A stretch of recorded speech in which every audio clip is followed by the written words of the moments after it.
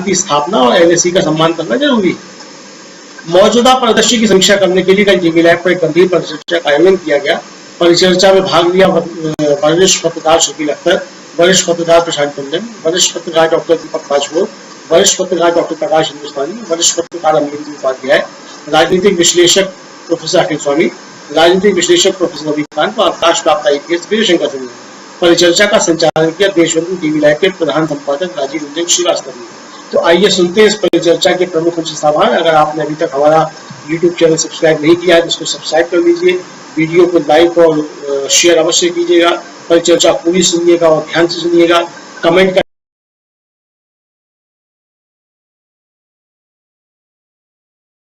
कीजिएगा। तो दोस्तों 2024 में हम बीजेपी को हरा देंगे, ये गारंटी आज राहुल गांधी ने कारगिल के लोगों को दी है। राहुल ने कारगिल के लोगों से खुली चर्चा की और उसी में कहा कि आपने बीजेपी के राज और कांग्रेस के राज दोनों को देख लिया है, दोनों के फर्क को देख लिया है, तो ये मत समझिए कि कांग्रेस बीजेपी को हरा नहीं सकती है। इसके बाद उन्होंने गारंटी दी कि 2024 में बीजेपी को कांग्रेस हराने वाली है। आपको याद दिला दूं कि राहुल गांधी इन दिनों लद्दाख में हैं। आज राहुल गांधी कारगिल पहुंचे, जहां उन्होंने लोगों से चर्चा की, उनके सवाल सुने। बहुत से लोगों ने बेरोजगारी, भेदभाव और विकास न हो पाना जैसी कई समस्याओं के बारे में खुलकर राहुल गांधी से बात की और राहुल ने भी कारगिल से मोदी सरकार को ललकारा है। उन्होंने भारत जोड़ो यात्रा, मणिपुर से लेकर देश में बढ़ती बेरोजगारी और सरकार की आर्थिक नीतियों जैसे गंभीर मसलों पर अपने विचार रखे हैं। आइए सुनते हैं राहुल गांधी क्यों कह रहे हैं कि अगला चुनाव हम ही जीतेंगे। सुनिए जरा। कांग्रेस पार्टी का डाउनफॉल, कर्नाटक में किसका डाउनफॉल हुआ? कांग्रेस पार्टी का हुआ क्या? अब आप देखना हिमाचल में किसका डाउनफॉल हुआ? कांग्रेस पार्टी का हुआ। अभी मध्य प्रदेश में चुनाव है, राजस्थान में चुनाव है, छत्तीसगढ़ में चुनाव है, तेलंगाना में चुनाव है। आप देख लेना वहां पे किसका डाउनफॉल होगा। चारों के चारों चुनाव कांग्रेस पार्टी जीतने वाली है।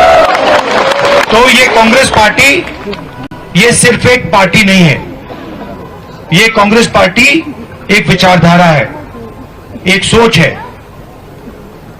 और ये हिंदुस्तान के करोड़ों लोगों के दिल में है। ये सिर्फ पॉलिटिकल पार्टी नहीं है। जो हमारी कॉन्स्टिट्यूशन की वैल्यूज हैं, जिन चीजों के बारे में आप बात कर रहे हो, फेयरनेस होनी चाहिए, रिस्पेक्ट होनी चाहिए, यही है कांग्रेस पार्टी। और आपने फर्क देख लिया है, देश में आपने फर्क देख लिया है। बीजेपी का राज देख लिया आपने, कांग्रेस पार्टी का राज देखा है। ठीक है, तो आप ये मत सोचिए कि कांग्रेस पार्टी बीजेपी से टक्कर नहीं ले सकती।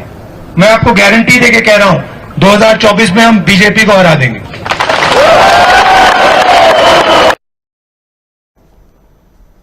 तो सुना आपने, राहुल गांधी कह रहे हैं कि 2024 में बीजेपी को हरा देंगे। राहुल का लद्दाख दौरा हर दिन नई सुर्खियां बटोर रहा है। दोस्तों ये करगिल में कह रहे थे राहुल, कभी राहुल बाइक चलाते हुए दिखाई दे लद्दाख में, कभी चीन की घुसपैठ का मसला उठाते हैं, तो कभी लेह के मार्केट में लोगों के बीच प्यार बांटते हैं और कभी फ्लाइंग किस करते हुए नजर हैं। तमाम विजुअल्स आप देख चुके हैं और कुछ विजुअल्स आपके सामने हम चला भी रहे हैं बिल्कुल बगल वाले विंडो में। और आज तो राहुल ने सीधे बता दिया कि अब बीजेपी की सत्ता जाने वाली है। वैसे बीजेपी ही नहीं बल्कि अब तो मोदी को वापस भेजने को लेकर भी नारे लगने लगे हैं। जी हां, ये बात मैं कर रहा हूं साउथ अफ्रीका के 2 दिन के दौरे पर गए पीएम नरेंद्र मोदी के लिए गो बैक मोदी के नारे लगे। और इससे पहले मोदी, आप याद कीजिए कि मोदी जी जब फ्रांस में थे तब भी वहां नारे लगे थे और उनका विरोध हुआ था। और अमेरिका में तो बाकायदा ट्रक पर पोस्टर लगाकर बिलबोर्ड्स के साथ राष्ट्रपति को चिट्ठी लिखकर मोदी का विरोध हुआ था। और यहां भी बिलबोर्ड्स लगाए गए हैं एक आध जगह पे जो है इस वर्ग में। याद नहीं पड़ता तो भारतीय प्रधानमंत्री का बार बार ऐसा विरोध अंतर्राष्ट्रीय स्तर पर हुआ हो। आइए जरा सुन लेते हैं अफ्रीका में क्या कुछ चल रहा है प्रधानमंत्री नरेंद्र मोदी के लिए। सुनिए।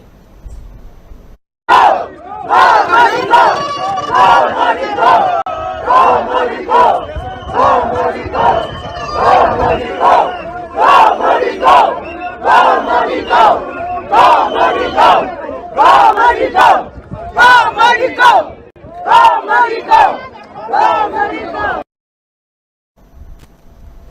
तो सुना आपने गो मोदी गो के नारे साउथ अफ्रीका में जोहानिसबर्ग में, और प्रधानमंत्री नरेंद्र मोदी वहां ब्रिक्स कंट्रीज की बैठक थी और इस बैठक में भाग लेने के लिए गए थे और वहां जो कुछ हुआ उसकी बानगी गो मोदी गो बैक मोदी के नारे लगा रहे हैं वहां विदेश की धरती पर। तो उधर विदेश की धरती पर लोग गो बैक मोदी के नारे लगा रहे हैं और इधर अपने देश में तो ऐसा लग रहा है कि बीजेपी 2024 का चुनाव धोखाधड़ी करके जीतने की फिराक में है। एक तरफ राहुल गांधी कह रहे हैं कि जीतेंगे तो हम ही, 2024 में हम ही जीतेंगे। दूसरी तरफ धोखाधड़ी, जो बात मैं कह रहा हूं पूरी गंभीरता के साथ, पूरी जिम्मेदारी के साथ इस वर्ड का इस्तेमाल कर रहा हूं कि धोखाधड़ी का इस्तेमाल करके बीजेपी 2024 का चुनाव जीतने जा रही है। कैसे कह रहा हूं, क्यों कह रहा हूं? वो इसलिए कह रहा हूं क्योंकि बीजेपी सांसद डी अरविंद ने, तेलंगाना से हैं, उन्होंने यही दावा प्रेस कॉन्फ्रेंस में किया है। तो यहां फिर हम दावा, हमारी बात और हमारी विचारों का कोई लेना देना नहीं है। डी अरविंद ने दावा किया है प्रेस कॉन्फ्रेंस करके कि 2024 का चुनाव हम धोखाधड़ी करके जीतेंगे। कैसे? तेलंगाना से बीजेपी सांसद हैं डी अरविंद कुमार, अपने निर्वाचन क्षेत्र निजामाबाद में एक प्रेस कॉन्फ्रेंस करते हैं और उस प्रेस कॉन्फ्रेंस में वो कहते हैं कि अगर आप अपना वोट नोटा को देंगे तो भी मैं ही जीतूंगा, आप कार को यानी बीआरएस को देंगे वोट तो भी मैं ही जीत जाऊंगा, अगर आप हाथ यानी कांग्रेस को वोट देंगे तो भी कमल यानी कि बीजेपी ही जीतेगा। ये कह रहे हैं डी अरविंद कुमार। आपको बता दूं कि कार तेलंगाना में सत्तारूढ़ बीआरएस का चुनाव चिन्ह है, हाथ कांग्रेस का चुनाव चिन्ह है और कमल बीजेपी का है, जबकि नोटा का मतलब आप जानते ही हैं, नन ऑफ दी अबव, यानी ऊपर दिए गए उम्मीदवारों में से कोई नहीं। डी अरविंद कुमार ने यह दावा भी किया है कि वोट किसी को भी दो आएगा तो मोदी ही। जी हां, बिल्कुल, वोट किसी को भी दो आएगा तो मोदी ही, यह नारा भी लगाते हुए। तो क्या इस दावे के पीछे कोई बड़ी धोखाधड़ी की संभावना है? क्या अरविंद कुमार खुलेआम ये ऐलान कर रहे हैं कि ईवीएम में पहले से सेटिंग की हुई है कि आप किसी भी निशान पर वोट दबाएंगे, बटन दबाएंगे और कमल को ही वोट मिलेगा, आएगा तो मोदी ही, वोट तो कमल को ही पड़ेगा वाले इस दावे की शिकायत अब चुनाव आयोग से की गई है। बीआरएस नेता के कविता, जो आप जानते हैं कि मुख्यमंत्री केसीआर की बेटी भी हैं, उन्होंने चुनाव आयोग से कहा है कि वो इस दावे को गंभीरता से ले और इस पर कार्रवाई करे। अब आयोग इस मामले में यानी चुनाव आयोग इस दावे पर किस तरह की गंभीरता दिखाता है और इस मामले की कैसे छानबीन करता है, कैसे आगे जांच को बढ़ाता है, ये सब देखना होगा। ये अभी तक तो पता नहीं है, लेकिन इतना तय है कि चुनाव से पहले बीजेपी सांसद ने अपने बड़बोलेपन से बीजेपी को धोखाधड़ी के आरोप से घेर दिया है। वैसे भी बीजेपी इस वक्त कई मोर्चों पर घिर ही रही है। आप देख रहे हैं, पीएम मोदी साउथ अफ्रीका गए तो वहां उनका ठीक से स्वागत नहीं हुआ। इसरो की सफलता पर पीएम का चेहरा स्क्रीन पर बार बार दिखा तो उस पर बीजेपी और मोदी की खिंचाई की गई। इन सबके बीच बीजेपी के लिए एक बड़ी शर्मिंदगी और खड़ी हो गई है, क्योंकि समय पर चुनाव न कराने के कारण UWW यूनाइटेड वर्ल्ड रेसलिंग, जो विश्व कुश्ती की सबसे बड़ी संस्था है, उसने भारतीय कुश्ती महासंघ को निलंबित कर दिया है। ये वही कुश्ती महासंघ है जिसके अध्यक्ष बीजेपी सांसद ब्रजभूषण शरण सिंह हुआ करते थे। ब्रजभूषण जो हैं, उन पर महिला पहलवानों के यौन शोषण का गंभीर आरोप है। आप सब जानते हैं, जंतर मंतर पर महिलाएं बैठी थी उनके इस आरोप को लेकर, लेकिन बीजेपी या मोदी जी ने अब तक उन पर कोई कार्रवाई नहीं की। कुश्ती महासंघ जो है उसके कामकाज पर इसका असर पड़ा और समय से चुनाव नहीं हुए और अब दुनिया की सबसे बड़ी संस्था ने भारतीय कुश्ती महासंघ को ही निलंबित कर दिया है। बीजेपी की गलती का खामियाजा पूरे देश को भुगतना है। पश्चिम बंगाल की सीएम ममता बनर्जी ने इस पर बड़ा बयान दिया है। उन्होंने साफ साफ कहा है कि केंद्र और बीजेपी हमारी बहनों को मिसोजिनी और पुरुष वर्चस्व से परेशान करते रहे हैं। भारत को उन लोगों के खिलाफ खड़ा होना चाहिए और उन्हें दंडित करना चाहिए जिनमें कोई नैतिक संवेदना नहीं बची। हिसाब किताब के दिन अब ज्यादा दूर नहीं। ये जो आखिरी सेंटेंस है वो बहुत इंपॉर्टेंट है। हिसाब किताब के दिन अब ज्यादा दूर नहीं। तो ममता बनर्जी ये हिसाब किताब की बात क्या कह रही हैं, किसके लिए कह रही हैं? साफ साफ कह रही हैं कि हिसाब किताब के दिन दूर नहीं है, यानी चुनाव होंगे तो जनता बीजेपी की गलतियों का हिसाब कर देगी। और इधर राहुल गांधी ने भी इसी हिसाब की तरफ लद्दाख से चेतावनी दे दी है, सीधी चुनौती दे दी है राहुल गांधी ने कि बीजेपी ने संवैधानिक संस्थाओं को अपने कब्जे में कर रखा है, मगर कांग्रेस और इंडिया गठबंधन, इंडिया अलायंस की जीत होगी। जरा सुन लीजिए क्या कुछ कह रहे हैं राहुल गांधी।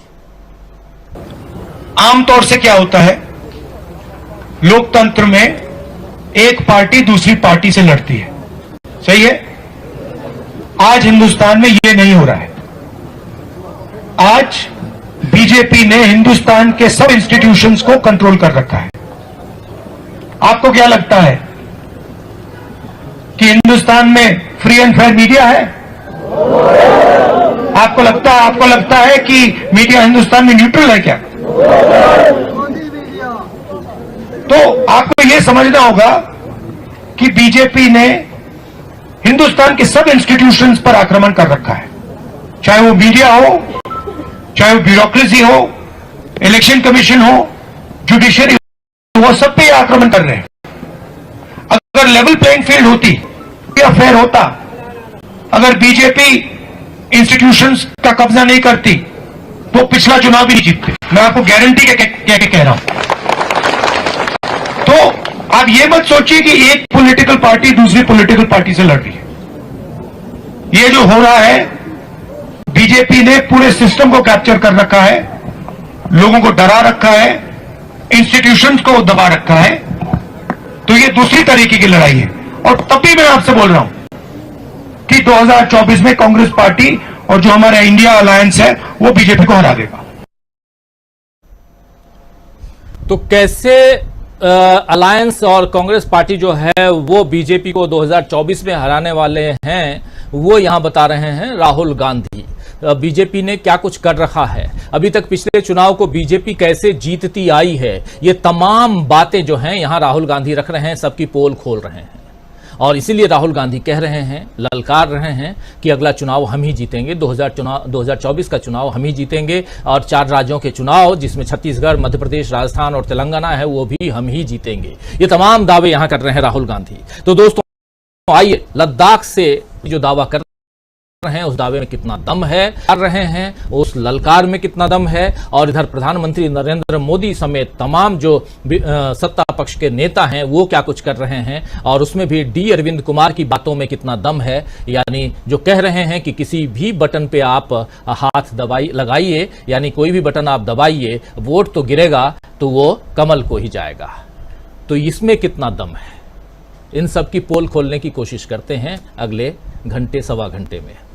हमारे साथ कुछ वरिष्ठ साथी जुड़े हुए हैं, उन सबसे आपका पहले परिचय करवाता हूं। साथ जुड़े हुए हैं 7-8 हमारे साथ जुड़े हुए हैं। देखिए हमारे साथ जुड़े हुए हैं प्रोफेसर रविकांत जी जुड़े हुए हैं, प्रोफेसर अखिल स्वामी जी जुड़े हुए हैं, हमारे साथ विजय शंकर सिंह जी जुड़े हुए हैं, रिटायर्ड IPS ऑफिसर, हमारे साथ डॉक्टर प्रकाश हिंदुस्तानी जी हैं, प्रशांत टंडन जी हैं, अमलिंदु उपाध्याय जी, दीपक पाचपुर जी, और इधर स्टूडियो में हमारे साथ बने हुए हैं शकील अख्तर जी।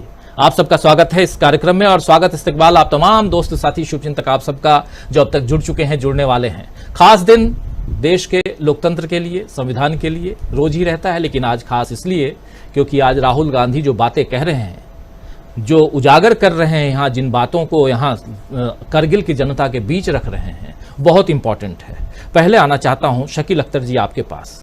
शकील जी सीधा आपके पास, चूंकि आप कांग्रेस मुख्यालय से भी आ रहे हैं, और कांग्रेस मुख्यालय में आज एक प्रेस कॉन्फ्रेंस भी थी भूपेश बघेल की, और वो भी कुछ आरोप लगा रहे थे, गंभीर आरोप लगा रहे थे, क्योंकि वहां छत्तीसगढ़ में भूपेश बघेल आप जानते हैं दोस्तों कि छत्तीसगढ़ के मुख्यमंत्री हैं, और कल छत्तीसगढ़ में ED के छापे पड़े, और सबसे बड़ी चीज कि भूपेश बघेल के OSD और उनके पॉलिटिकल सलाहकार के घर पे छापे पड़े। और आज उन्होंने उधर कांग्रेस ने एक प्रेस कॉन्फ्रेंस की रायपुर में और दूसरी प्रेस कॉन्फ्रेंस यहाँ की। उधर पॉलिटिकल सलाहकार जो हैं भूपेश बघेल के विनोद वर्मा, उन्होंने प्रेस कॉन्फ्रेंस की, उनके साथ दिल्ली से गई हुई थी कांग्रेस की प्रवक्ता राधिका खेड़ा, वो थी, और इधर खुद सीएम ने प्रेस कॉन्फ्रेंस की है।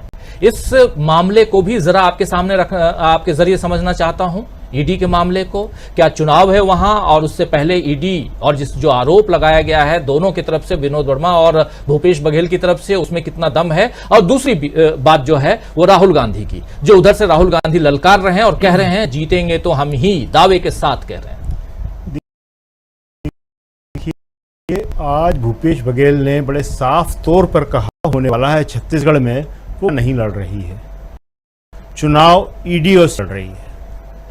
उन्होंने बताया कि 200 से ज्यादा छापे जो हैं उनके यहाँ छत्तीसगढ़ में, एक छोटा सा राज्य, उनके शब्द थे, एक छोटा सा राज्य, 200 से ज्यादा छापे मारे गए और 40-40, 45-45 घंटे तक लोगों से पूछताछ की जाती है, उनके फोन ले लिए जाते हैं, उनके जो वृद्ध माता पिता होते हैं उनको भी बाहर नहीं जाने दिया जाता है और कागजों पे साइन करने के लिए उनसे कहा जाता है कि आप इन कागजों पे साइन कर लीजिए, कर देंगे तो बच जाएंगे, नहीं तो आप जेल जाएंगे और जेल में आपकी कोई बेल होने वाली नहीं है। बड़े गंभीर आरोप लगाए हैं उन्होंने, लेकिन साथ में चुनौती भी दी है उन्होंने बीजेपी से कहा है कि हम छत्तीसगढ़िया लोग हैं, डरने वाले नहीं हैं, न जेल जाने से डरते हैं न मरने से डरते हैं। और आपके इन छापों की छत्तीसगढ़ में बहुत तीव्र प्रतिक्रिया हो रही है, वो हर सेक्टर में है, उद्योगपतियों में है, कर्मचारियों में है,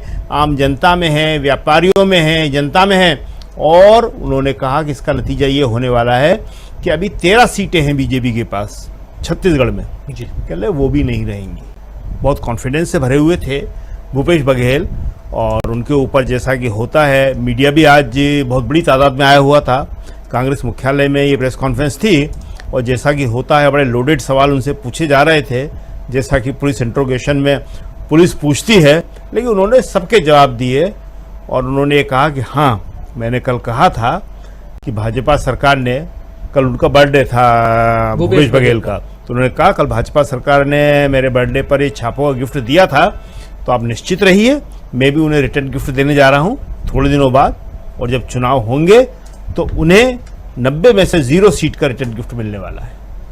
90 में से 0 सीट। लेकिन इधर राहुल गांधी की तरफ बताइए, राहुल गांधी जो उधर से इधर भी ये दावे के साथ कह रहे हैं भूपेश बघेल, जबकि लगातार आप देख रहे हैं 200 से ज्यादा छापे अगर पड़ गए हों अभी तक छत्तीसगढ़ में, ईडी के, सीबीआई के, आईटी के, अलग अलग उसमें, तो फिर किस ढंग से ये, और उसके बाद इतना हौसला है कि 90 में से 90 सीटें हम लेके आएंगे।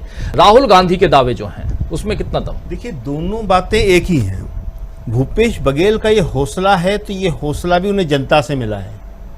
जनता जो वहां की दिख रही है, जनता जो वहां की कह रही है, वही रेस्ट ऑफ छत्तीसगढ़ की कह रही है, शेष भारत की कह रही है। बाकी भारत में भी लोग यही कह रहे हैं। आज जो राहुल गांधी ने कहा है, बहुत बड़ी बात कही है।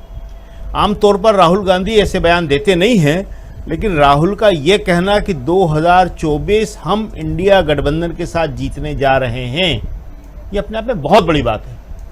अगर राहुल के आज के जो इंट्रैक्शन है उसको मेन मीडिया दिखा दे, टीवी चैनल दिखा दें, तो आप निश्चित जानिए कि पूरी बाजी पलट जाएगी। लेकिन कोई चैनल इसको दिखाने वाला नहीं है कि राहुल ने आज वहां क्या कहा और किस तरह साफ साफ शब्दों में कहा कि हम तो 2019 भी जीत रहे थे जी। और उन्होंने वजह बताई इसकी कि आज की तारीख में आप क्या समझते हैं। ये राहुल के शब्द थे, आपने दिखाए हैं जी, हम उनको दोहराएंगे नहीं। मैं थोड़ी सी बात बताने के लिए कहना पड़ेगा कि ये चुनाव एक पार्टी और दूसरी पार्टी के बीच नहीं हो रहा है। चुनाव आज की तारीख में यह हो रहा है कि बीजेपी के साथ में ईडी है, सीबीआई है, मीडिया है, जुडिशरी है, ब्यूरोक्रेसी है, चुनाव आयोग है, लेकिन हमारे साथ जनता है। बिल्कुल। तो आप समझ सकते हैं कि जिसके साथ जनता हो, अगर उसे गलत तरीकों से हराया गया, जैसा कि आज आपने सारी बातें तो बता दी, बोलने के लिए ज्यादा कुछ है नहीं है। जो आपने तेलंगाना का बताया, अगर इस तरह का हुआ कि जनता वोट डाल के आई किसी दूसरे सिंबल पर और वोट चला गया किसी दूसरे सिंबल पर, तो बहुत मुश्किल हो जाएगी। लोग जो गुस्से में आएंगे उस पर काबू करना बहुत मुश्किल हो जाएगा। बिल्कुल सही कह रहे हैं शकील अख्तर जी। दोबारा आता हूं आपके पास, बहुत सारी जानकारियां आप रखते हैं कांग्रेस खेमे में क्या कुछ चल रहा है, चूंकि पल पल की रिपोर्ट आपके पास रहती है इसलिए भी। लेकिन आना चाहता हूं प्रोफेसर अखिल स्वामी जी आपके पास। करगिल से लेकर छत्तीसगढ़ तक जो कुछ हो रहा है, और अगर वाया छत्तीसगढ़ करगिल के बीच में अगर थोड़ा ज्यादा दूर चलें, दक्षिण अफ्रीका जोहानिसबर्ग चलें, तो वहां पे गो बैक मोदी के नारे लग रहे हैं। तो यहां लद्दाख में भी तो वही हो रहा है, राहुल गांधी जो कह रहे हैं। छत्तीसगढ़ में भी वही हो रहा है जो भूपेश बघेल या विनोद वर्मा कह रहे हैं। तो कैसे देखा जाए इसको? ये जो ट्रायंगल बन रहा है, इस ट्रायंगल में कहीं ना कहीं 2024 में बीजेपी फंसती हुई दिखाई दे रही है कि नहीं दिखाई दे रही है? या जो कह रहे हैं उधर अगर चतुष्कोण बनाने की कोशिश करें, फोर्थ एंगल खींचें, तो यहां दिखाई देता है कि तेलंगाना में डी अरविंद कुमार तो कह रहे हैं कि आप सब कुछ भी करते रहो, जीतेंगे तो हम ही, क्योंकि सब कुछ तो हमारे हाथ में है। ईवीएम पे कुछ भी डालिए, आपका जो भी दबाइए, चाहे आप नोटा दबाइए या हाथ दबाइए या कार दबाइए, कुछ भी दबाइए, जीत हमारी ही होगी, कमल की ही होगी। कैसे देखा जाए? और ये बात यहां पुख्ती इसलिए भी इस बात को पुख्ता कर रहे हैं राहुल गांधी, क्योंकि वो कह रहे हैं कि संवैधानिक संस्थाओं को मोदी जी ने, उनकी सरकार ने अपने कब्जे में कर रखा है, और नाम ले लेके कह रहे हैं, उसमें चुनाव आयोग का नाम भी कह रहे हैं। स्वामी जी देखिए राजीव जी, मुझे ऐसा लगता है, देखिए हम लोग जो चर्चा करते हैं, जो डिबेट करते हैं, हम मोदी जी से जो भी शिकायतें हमारी होती हैं, जो भी विचार भिन्नता होती है, वो एक लोकतांत्रिक देश में स्वाभाविक चीजें हम करते हैं। लेकिन जब मोदी जी देश के बाहर जाते हैं तो हमारे देश के प्रधानमंत्री होते हैं, हमारे देश की पूरी प्रतिष्ठा को साथ लेकर चलते हैं। और मुझे जो सबसे ज्यादा खराब लगा, क्योंकि देशवासी ये मानते हैं कि मोदी जी का विश्व में डंका बज रहा है। जिस प्रकार से साउथ अफ्रीका के अंदर उनके खिलाफ नारे लग रहे हैं, जिस प्रकार से यह घटना घटी कि चीन के राष्ट्राध्यक्ष को रिसीव करने के लिए साउथ अफ्रीका के राष्ट्राध्यक्ष खुद गए और उन्होंने उनको रिसीव किया, हमारे देश के प्रधानमंत्री को, जो 142 करोड़ के देश के एक बहुत मजबूत देश के प्रधानमंत्री हैं, उनको रिसीव करने नहीं आए। और मैंने तो यहां तक सुना कि मोदी जी नाराज हो गए, रुष्ट हो गए और रूठ कर बैठ गए। मेरे हिसाब से तो उनको वापस आ जाना चाहिए था, वहां पे रहना नहीं, क्योंकि देश की प्रतिष्ठा का प्रश्न है। और देखिए घटनाएं राजीव जी कैसे घट रही हैं, जो राहुल गांधी कह रहे हैं, जो मुख्यमंत्री छत्तीसगढ़ कह रहे हैं, घटनाएं कैसे घट रही हैं। पहली घटना आप ये देखिए कि नितिन गडकरी के सामने मोदी जी गुजर रहे हैं, सब लोग उनके साथ हाथ जोड़ के खड़े हैं, मोदी जी गडकरी जी को प्रणाम करते हैं, गडकरी जी जवाब नहीं देते, उनकी तरफ नहीं देखते। बने रहिए, चर्चा अभी जारी है। अपने पीछे हाथ बांध के खड़े होते हैं, वो मोदी जी के नमस्कार का जवाब नहीं देते। इसका मतलब यह है आरएसएस भी अब मोदी जी के पूरी तरह से खिलाफ हो गई है। आपने सुब्रमण्यम स्वामी जी को भी सुना होगा। सुब्रमण्यम स्वामी जी के केस अब कौन लड़ेंगे? अब लड़ेंगे सिब्बल साहब। और सुब्रमण्यम स्वामी जिस प्रकार की बातें कर रहे हैं, इसका मतलब यह है लोगों का मोहभंग हो रहा है। और राजीव जी, एक और बात आपने सुनी होगी, दानिश अली जाके नीतीश कुमार से मिले हैं, दानिश अली बीएसपी के मेंबर ऑफ पार्लियामेंट, और एक प्रकार की मैसेजिंग हुई है। और यह अगला स्टेप एक्सपेक्टेड है कि नीतीश कुमार बहन मायावती से मिलेंगे। इसका मतलब यह है कि जिस थर्ड फोर्स के लिए बीजेपी बहुत ज्यादा आशान्वित थी, वो थर्ड फोर्स अभी ये समझ गई है कि अगर बीजेपी के साथ जाएंगे तो नैया डूब जाएगी, इसलिए वो इंडिया के साथ जुड़ने के लिए तैयार है। सुप्रिया सुले जी का भी आपने वक्तव्य सुना होगा। उन्होंने कहा कि मेरे जो भैया हैं अजीत पवार, उनसे हम एक पार्टी में हैं और हमारा उनसे कोई मतभेद नहीं है। थोड़ा सा उन्होंने एक अलग स्टैंड ले लिया है, वो एनसीपी में है और एनसीपी में रहेंगे। इसका मतलब यह है, जो बात मैंने 2 दिन पहले आपके चर्चा में कही थी, अजीत पवार केवल अपने केसेस को वापस करवाने गए हैं। जो धन आवंटित हुआ है वहां पे उनको, क्योंकि वित्त विभाग मिला है, अपने एमएलएस को फंड एलोकेट करके अपने लोगों को जिताने की स्थिति मिला के वो शरद पवार जी के पास वापस आने वाले हैं।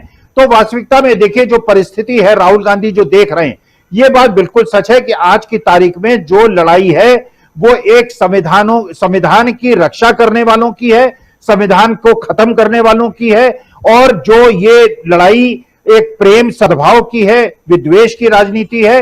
तो इसमें राहुल गांधी जो कह रहे हैं और जो भूपेश बघेल कह रहे हैं, मेरे ख्याल से राहुल गांधी ने एक स्टेट छोड़ दिया, 4 स्टेट उन्होंने कहा कांग्रेस जीतेगी, मुझे ऐसा लगता है जिस तरह की बयार बह रही है और जिस प्रकार की स्थिति बन रही है और जिस प्रकार की इमेज बिल्डिंग हो रही है, कांग्रेस 5 स्टेट जीतेगी। जिस स्टेट को राहुल गांधी ने रूल आउट कर दिया वहां भी परिस्थिति बदलेंगी, कांग्रेस जीतेगी। तेलंगाना में तो मुझे ऐसा लगता है वही स्थिति होगी जो कर्नाटका के अंदर हुई है, क्योंकि कर्नाटका और तेलंगाना का बहुत गंभीर संबंध है। और मुझे ऐसा लगता है कि जो पूरी परिस्थिति बन रही है देश की, उसके जो ममता बनर्जी ने भी स्टेटमेंट दिया है और जिस प्रकार से सारे संकेतक मिल रहे हैं, उसके हिसाब से जो हम लोग एक्सपेक्ट कर रहे हैं, क्योंकि देश की छवि पूरे विश्व में राजीव जी खराब हो रही है और मोदी जी जहां जा रहे हैं और जिस प्रकार से ब्रजभूषण शरण सिंह की रक्षा करने के चक्कर में हमारे रेसलिंग फेडरेशन को इन लोगों ने डी रिकॉग्नाइज करा दिया है, उसका फल हमारे जो खिलाड़ी है वो तो नहीं भुगतेंगे, क्योंकि उनको जब इनाम मिलेगा तो इनाम उनको मिलेगा,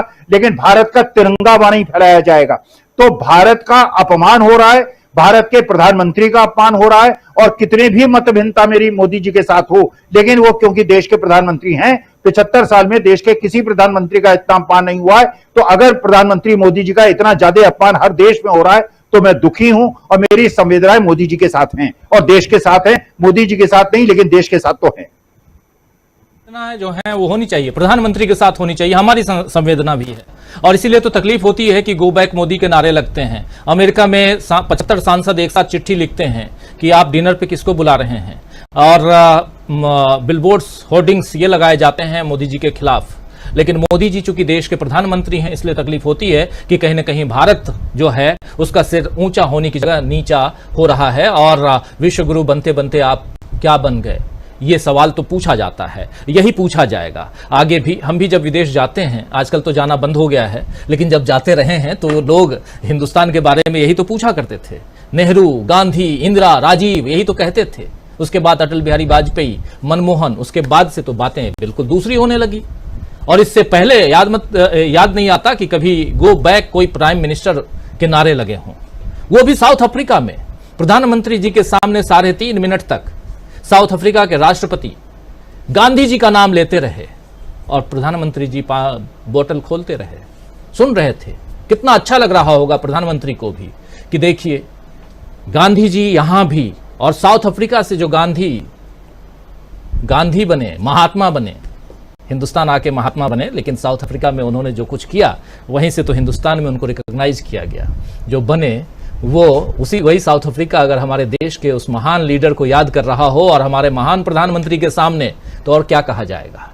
बहुत अच्छी बात है, लेकिन हम चाहते हैं कि हमारे महान प्रधानमंत्री को भी उसी ढंग से याद किया जाए आज की तारीख में, क्योंकि वो हैं।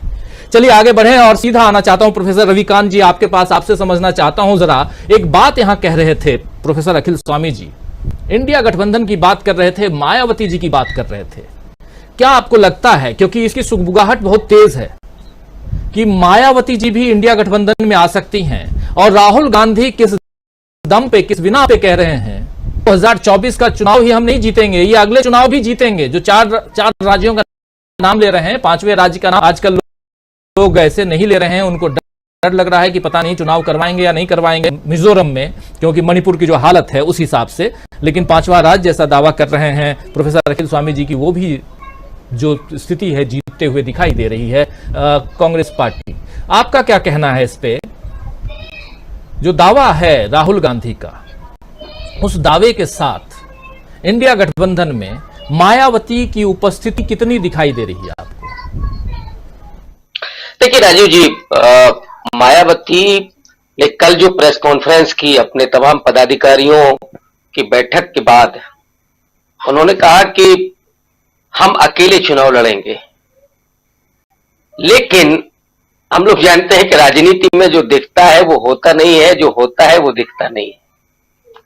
जब वो ये कह रही है कि वो चुनाव अकेले लड़ेंगी, तो अभी बार्गेनिंग कर रही, क्योंकि जो प्रोफेसर ने जिक्र किया कि दानिश अली पटना में थे, नीतीश कुमार से मिले, और खुद मायावती ने कुछ समय पहले एक बात कही थी कि वो मजबूत नहीं बल्कि मजबूर सरकार के साथ जाएंगे। यानी जो गठबंधन का पूरा इधर एक प्रवाह चला था, 2 दशकों तक करीब करीब हो रहा, उस समय हर राजनीतिक दल को अवसर मिल रहा था और उनकी जो नीतियां हैं वो जिस समाज को रिप्रेजेंट कर रहे थे, जिस राज्य को रिप्रेजेंट कर रहे थे, उस समय उनकी बातें सुनी जा रही थी और वो नीतियां लागू हो रही थी। लेकिन अब तो मोदी जी जितना मजबूत होकर के आए हैं और इस देश की जनता ने उन्हें बड़ा मैंडेट दिया, वो तो बिल्कुल तानाशाही वाला रवैया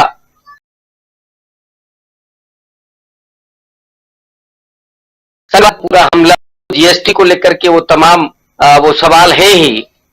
तो मायावती इस बात को जानती है कि बीजेपी के साथ जाने से उनका पूरा जो समर्थन है, जो उनका जनाधार है, वो डाइल्यूट हो जाएगा, वो खत्म हो जाएगा।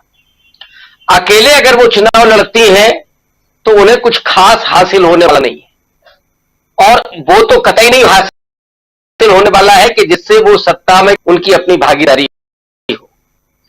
और इस समय मोदी जी के खिलाफ बयार बह रही है पूरे देश में, और इंडिया अलायंस के प्रति समर्थन इस देश के लोगों का दिखाई पड़ रहा है। राहुल गांधी की जो लोकप्रियता है इस समय, लोग जो उनको हाथों हाथ ले रहे हैं, चाहे वो कन्याकुमारी में हो या लद्दाख में हो, जिस तरह से लोग उनसे कनेक्ट कर रहे हैं, उम्मीदें देख रहे हैं, तो आज देश में राहुल गांधी सबसे लोकप्रिय और सबसे उम्मीदों को जगाने वाले, इस देश में संविधान को बचाने के लिए तत्पर, लोकतंत्र को बचाने के लिए सबसे ज्यादा संघर्ष करने वाले नेता के रूप में सामने आए। और यही वजह है कि लोग राहुल गांधी के साथ जुड़ रहे हैं। तो ये जो उम्मीद दिख रही है इस सरकार को पलटने की, तो जितने भी राजनीतिक दल हैं वो धीरे धीरे इंडिया अलायंस के साथ शिफ्ट करेंगे। थोड़ा सा इंतजार वो कर रहे हैं, वो बार्गेनिंग भी इससे हो सकती है, और दूसरा चुनाव आचार संहिता का भी वो इंतजार करेंगे। तो देर सवेर मुझे लगता है कि दिसंबर तक मायावती अपने पत्ते खोलेंगी और वो इंडिया अलायंस के साथ जाएंगी, ये मेरा अपना भरोसा है। दूसरा, जो राहुल गांधी को लेकर के आपने सवाल किया, राहुल गांधी ने जिस तरह से आज बात रखी, वो हालांकि बहुत सारी बातें वो पहले कहते रहे कि मीडिया का क्या चरित्र हो गया है, वो गोद में जाकर के बैठ गई है। आज वो विपक्ष की बात नहीं करती, जबकि मीडिया का पहला काम यही होता था कि सरकार की नीतियों का वो परीक्षण करे, उसकी आलोचना करे। लेकिन आज तो वो सरकारी तंत्र में और उसका एक तरह से भोंपू बन गया है। संवैधानिक संस्थाएं बहुत कमजोर हो गई हैं। ईडी की छापेमारी चारों तरफ वही दिखती है, कब किसको दबाना है, कब किसको अपने साथ लेकर के आना है।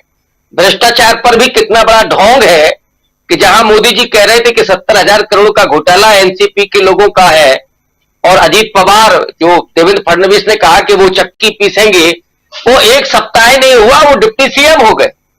तो आपकी ईडी केवल बीजेपी के साथ लोगों को जोड़ने के लिए काम कर रही है, ये क्या लोगों को दिखाई नहीं पड़ रहा है?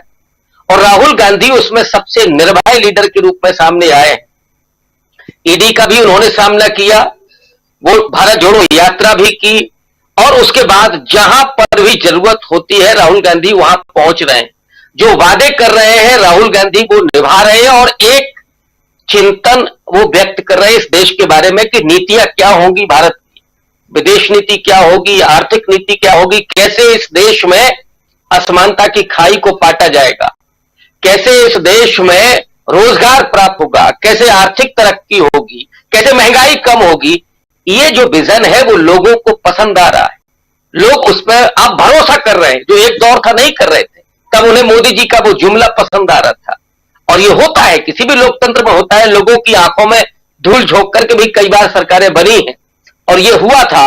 अब ये चीजें बदल रही हैं, और इसीलिए राहुल गांधी का ये कहना कि 2024 में हम जीत करके आएंगे, मुझे उसमें 100% सच्चाई और वो आत्मविश्वास दिखता है, जिसको लेकर के वो लगातार संघर्ष कर रहे हैं और जमीन पर है के बीच में सक्रिय है।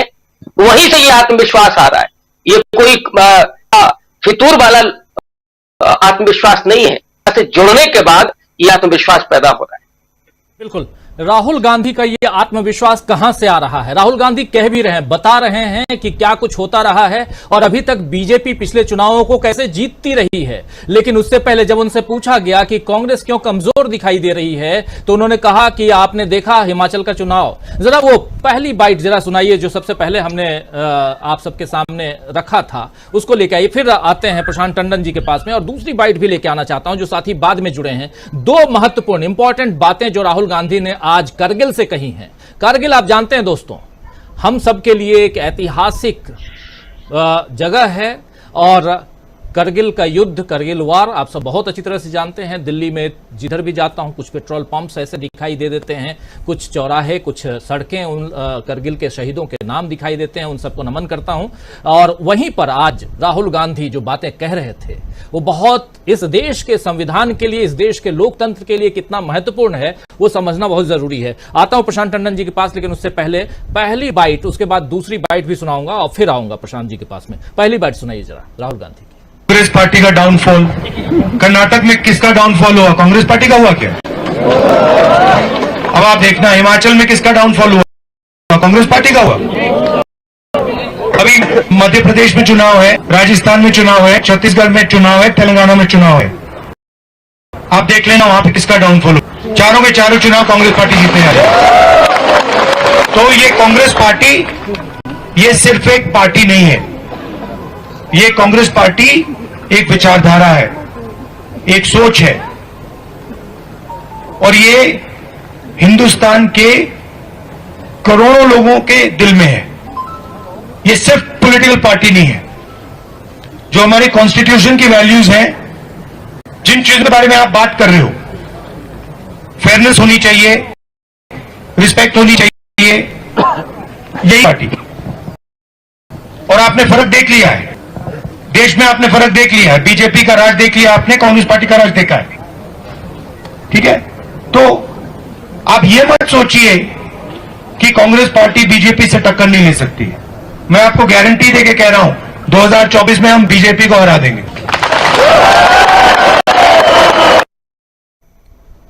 तो यहां साफ साफ राहुल गांधी कह रहे हैं कि आपने इससे पहले कांग्रेस का राज भी देखा है, बीजेपी का राज भी देखा है और गारंटी देके कह रहा हूं कि 2024 में हम बीजेपी को हरा देंगे। इसके आगे राहुल गांधी कह रहे हैं कि संवैधानिक संस्थाएं जिसमें चुनाव आयोग भी है, मीडिया भी है, मीडिया पर भी जोरदार हमला करते हुए राहुल गांधी इन सब पर कैसे कब्जा मोदी सरकार ने कर रखा है, जरा वो भी सुन लेते हैं। फिर प्रशांत जी सुनिए। आमतौर से क्या होता है, लोकतंत्र में एक पार्टी दूसरी पार्टी से लड़ती है, सही है। आज हिंदुस्तान में यह नहीं हो रहा है। आज बीजेपी ने हिंदुस्तान के सब इंस्टीट्यूशंस को कंट्रोल कर रखा है। आपको क्या लगता है कि हिंदुस्तान में फ्री एंड फेयर मीडिया है? आपको लगता है कि मीडिया हिंदुस्तान में न्यूट्रल है क्या? तो आपको यह समझना होगा कि बीजेपी ने हिंदुस्तान के सब इंस्टीट्यूशंस पर आक्रमण कर रखा है, चाहे वो मीडिया हो, चाहे वो ब्यूरोक्रेसी हो, इलेक्शन कमीशन हो, जुडिशरी हो, सब पे आक्रमण कर रहे हैं। अगर लेवल प्लेइंग फील्ड होती, अगर मीडिया फेयर होता, अगर बीजेपी इंस्टीट्यूशंस का कब्जा नहीं करती तो पिछला चुनाव भी नहीं जीतते। मैं आपको गारंटी के कह रहा हूं। तो आप ये मत सोचिए कि एक पॉलिटिकल पार्टी दूसरी पॉलिटिकल पार्टी से लड़ रही है। ये जो हो रहा है, बीजेपी ने पूरे सिस्टम को कैप्चर कर रखा है, लोगों को डरा रखा है, इंस्टीट्यूशंस को दबा रखा है। तो ये दूसरी तरीके की लड़ाई है और तभी मैं आपसे बोल रहा हूं कि 2024 में कांग्रेस पार्टी और जो हमारा इंडिया अलायंस है वो बीजेपी को हरा देगा। तो प्रशांत जी, दोनों बातों में बहुत ही साफगोई के साथ राहुल गांधी कैसे हम हराएंगे 2024 में बीजेपी को और अभी जो विधानसभा के चुनाव होने वाले हैं उसमें कैसे हराएंगे, वो पूरी बात यहां रखते हुए यहां कुछ भी छुपा नहीं रहे हैं। ये नहीं कह रहे हैं राहुल गांधी कि आप किसी को भी वोट दोगे और वोट हमको ही पड़ेगा इसीलिए हम जीत जाएंगे, जैसा बीजेपी के सांसद महोदय डी अरविंद कुमार कह रहे हैं, तेलंगाना के सांसद। वो भी नहीं कह रहे हैं। तो यहां सीधा सीधा सिंपल सी बात है कि एक योजना है, उस योजना के तहत, और पूरी की पूरी बातें इन सब को पता है, इन राजनेताओं को, इन राजनीतिक दल के नेताओं को, और साथ साथ वो जनता तक ये बात पहुंचा रहे हैं। कारगिल में ये बात राहुल गांधी की क्या मायने रखती है? राजीव जी, राहुल गांधी कुछ छुपा भी रहे। छुपा वो ये रहे कि उनको ये फीडबैक कहाँ से मिलते हैं। देखिए, राहुल गांधी जहां पे हैं राजनीतिक स्थिति में, निश्चित तौर पर मानिए कि सिस्टम के अंदर के तमाम लोग उन तक पहुंचते हैं, प्रत्यक्ष या परोक्ष रूप से, और उनके पास बहुत डेफिनेट इंटेलिजेंस होती है। सबूत अभी मैं आपको दे रहा हूं। 22 तारीख को ही हम लोगों ने यहाँ पे चर्चा की कि राहुल गांधी लद्दाख अगर गए थे तो वो मोटरसाइकिल से घूमने नहीं गए थे। वो पैंगोंग त्सो लेक पे जाकर चाइना के खिलाफ बयान देने गए थे, और साउथ अफ्रीका में प्रधानमंत्री मोदी अगर ब्रिक्स में जा रहे थे, उनका एजेंडा सेट करने जा रहे थे। और अब देखिए कि प्रधानमंत्री मोदी ने ग्रुप फोटोग्राफ तो खिंचवाए चीन के राष्ट्रपति के साथ, जी जिनपिंग के साथ, लेकिन वो बातचीत नहीं हुई। वो लाल आंख नहीं दिखा पाए, वो खाली हाथ लौटेंगे स्वदेश। तो राहुल गांधी बहुत डेफिनेट एजेंडा सेट करते हैं। उस दिन भी मैंने ये कहा था कि राहुल गांधी के पीछे कोई थिंक टैंक है, और वो काफी सोच विचार के उन्होंने टाइमिंग चुना है, सोच विचार के वो वहां पे गए हैं और बयान दिया है। और अब जो आज बात वो कर रहे हैं, बहुत महत्वपूर्ण बात है। महत्वपूर्ण इसलिए है कि मुझको लगता है, उनकी बात से मुझे जो जाहिर हो रहा है वो कि उन्होंने अशोका यूनिवर्सिटी के सब्यसाची दास का पेपर पढ़ लिया है, जो 2019 के चुनाव के घोटाले के बारे में है, और उनका इशारा उसी तरफ है। अभी तक राजनीतिक विमर्श क्या था कि साहब पुलवामा हो गया और बालाकोट हो गया, उसकी वजह से चुनाव बीजेपी जीत गई। राहुल गांधी उस नैरेटिव से और उस बात से अलग बात कुछ कर रहे हैं। वो कह रहे हैं कि अगर इंस्टीट्यूशंस पे कब्जा नहीं होता तो 2019 भी ये हारते। ये महत्वपूर्ण बात है। ये राहुल गांधी किसी फीडबैक के साथ कह रहे हैं, और उसी फीडबैक के साथ बड़ी कॉन्फिडेंस के साथ कह रहे हैं कि 2024 में वो हारेंगे। सिस्टम के अंदर राजीव जी, बहुत समय से यहाँ पे हम लोग चर्चा करते रहे हैं कि बहुत सारी फॉल्ट लाइन्स हैं। हम लोगों को लगता है बाहर से देखने में कि बड़ा मजबूत है स्थिति, और किसी की एक्सटेंशन, सबके एक्सटेंशन हो रहे हैं, ब्यूरोक्रेसी में एक स्थिरता है, एक टीम बन गई, एक सिंडिकेट बन गया है। लेकिन उसके बाद भी अंदर बहुत सारी आवाजें, बहुत सारे फॉल्ट लाइन्स मौजूद रहती हैं। वो राहुल के इस बयान से सामने आ रही है। दूसरी बात की देखिए, जो Rahul Gandhi media, institution, election commission की बात कर रहे हैं, ये सभी पॉलिटिशियंस को ये बातें बहुत जोर शोर से करनी चाहिए। इस देश में पब्लिक ओपिनियन बनानी चाहिए इस मीडिया के खिलाफ, जो जहर उगलता है, जो नफरत फैलाता है समाज में, जो देश हित में काम नहीं कर रहा है, जो समाज को, देश को तोड़ने का काम कर रहा है। और दूसरा कि ये जो इंस्टीट्यूशंस हैं, जो एक कार्यकर्ता के तौर पे काम करेगा, कार्यकर्ता के तौर पे अगर ब्यूरोक्रेट काम करे, तो इसकी निशानदेही होनी चाहिए, इनकी शिनाख्त होनी चाहिए, इनके बारे में जनता में चर्चा होनी चाहिए, ताकि जनता निगरानी रखे कि चुनाव में बेईमानी अगर की जाए तो जनता निगरानी रखे। तो ये बहुत महत्वपूर्ण बात बार बार राहुल गांधी जो कहते हैं इंस्टीट्यूशंस की बात, ये बाकी राजनीतिज्ञों को भी करनी चाहिए। अब आप देखिए छत्तीसगढ़ की बात।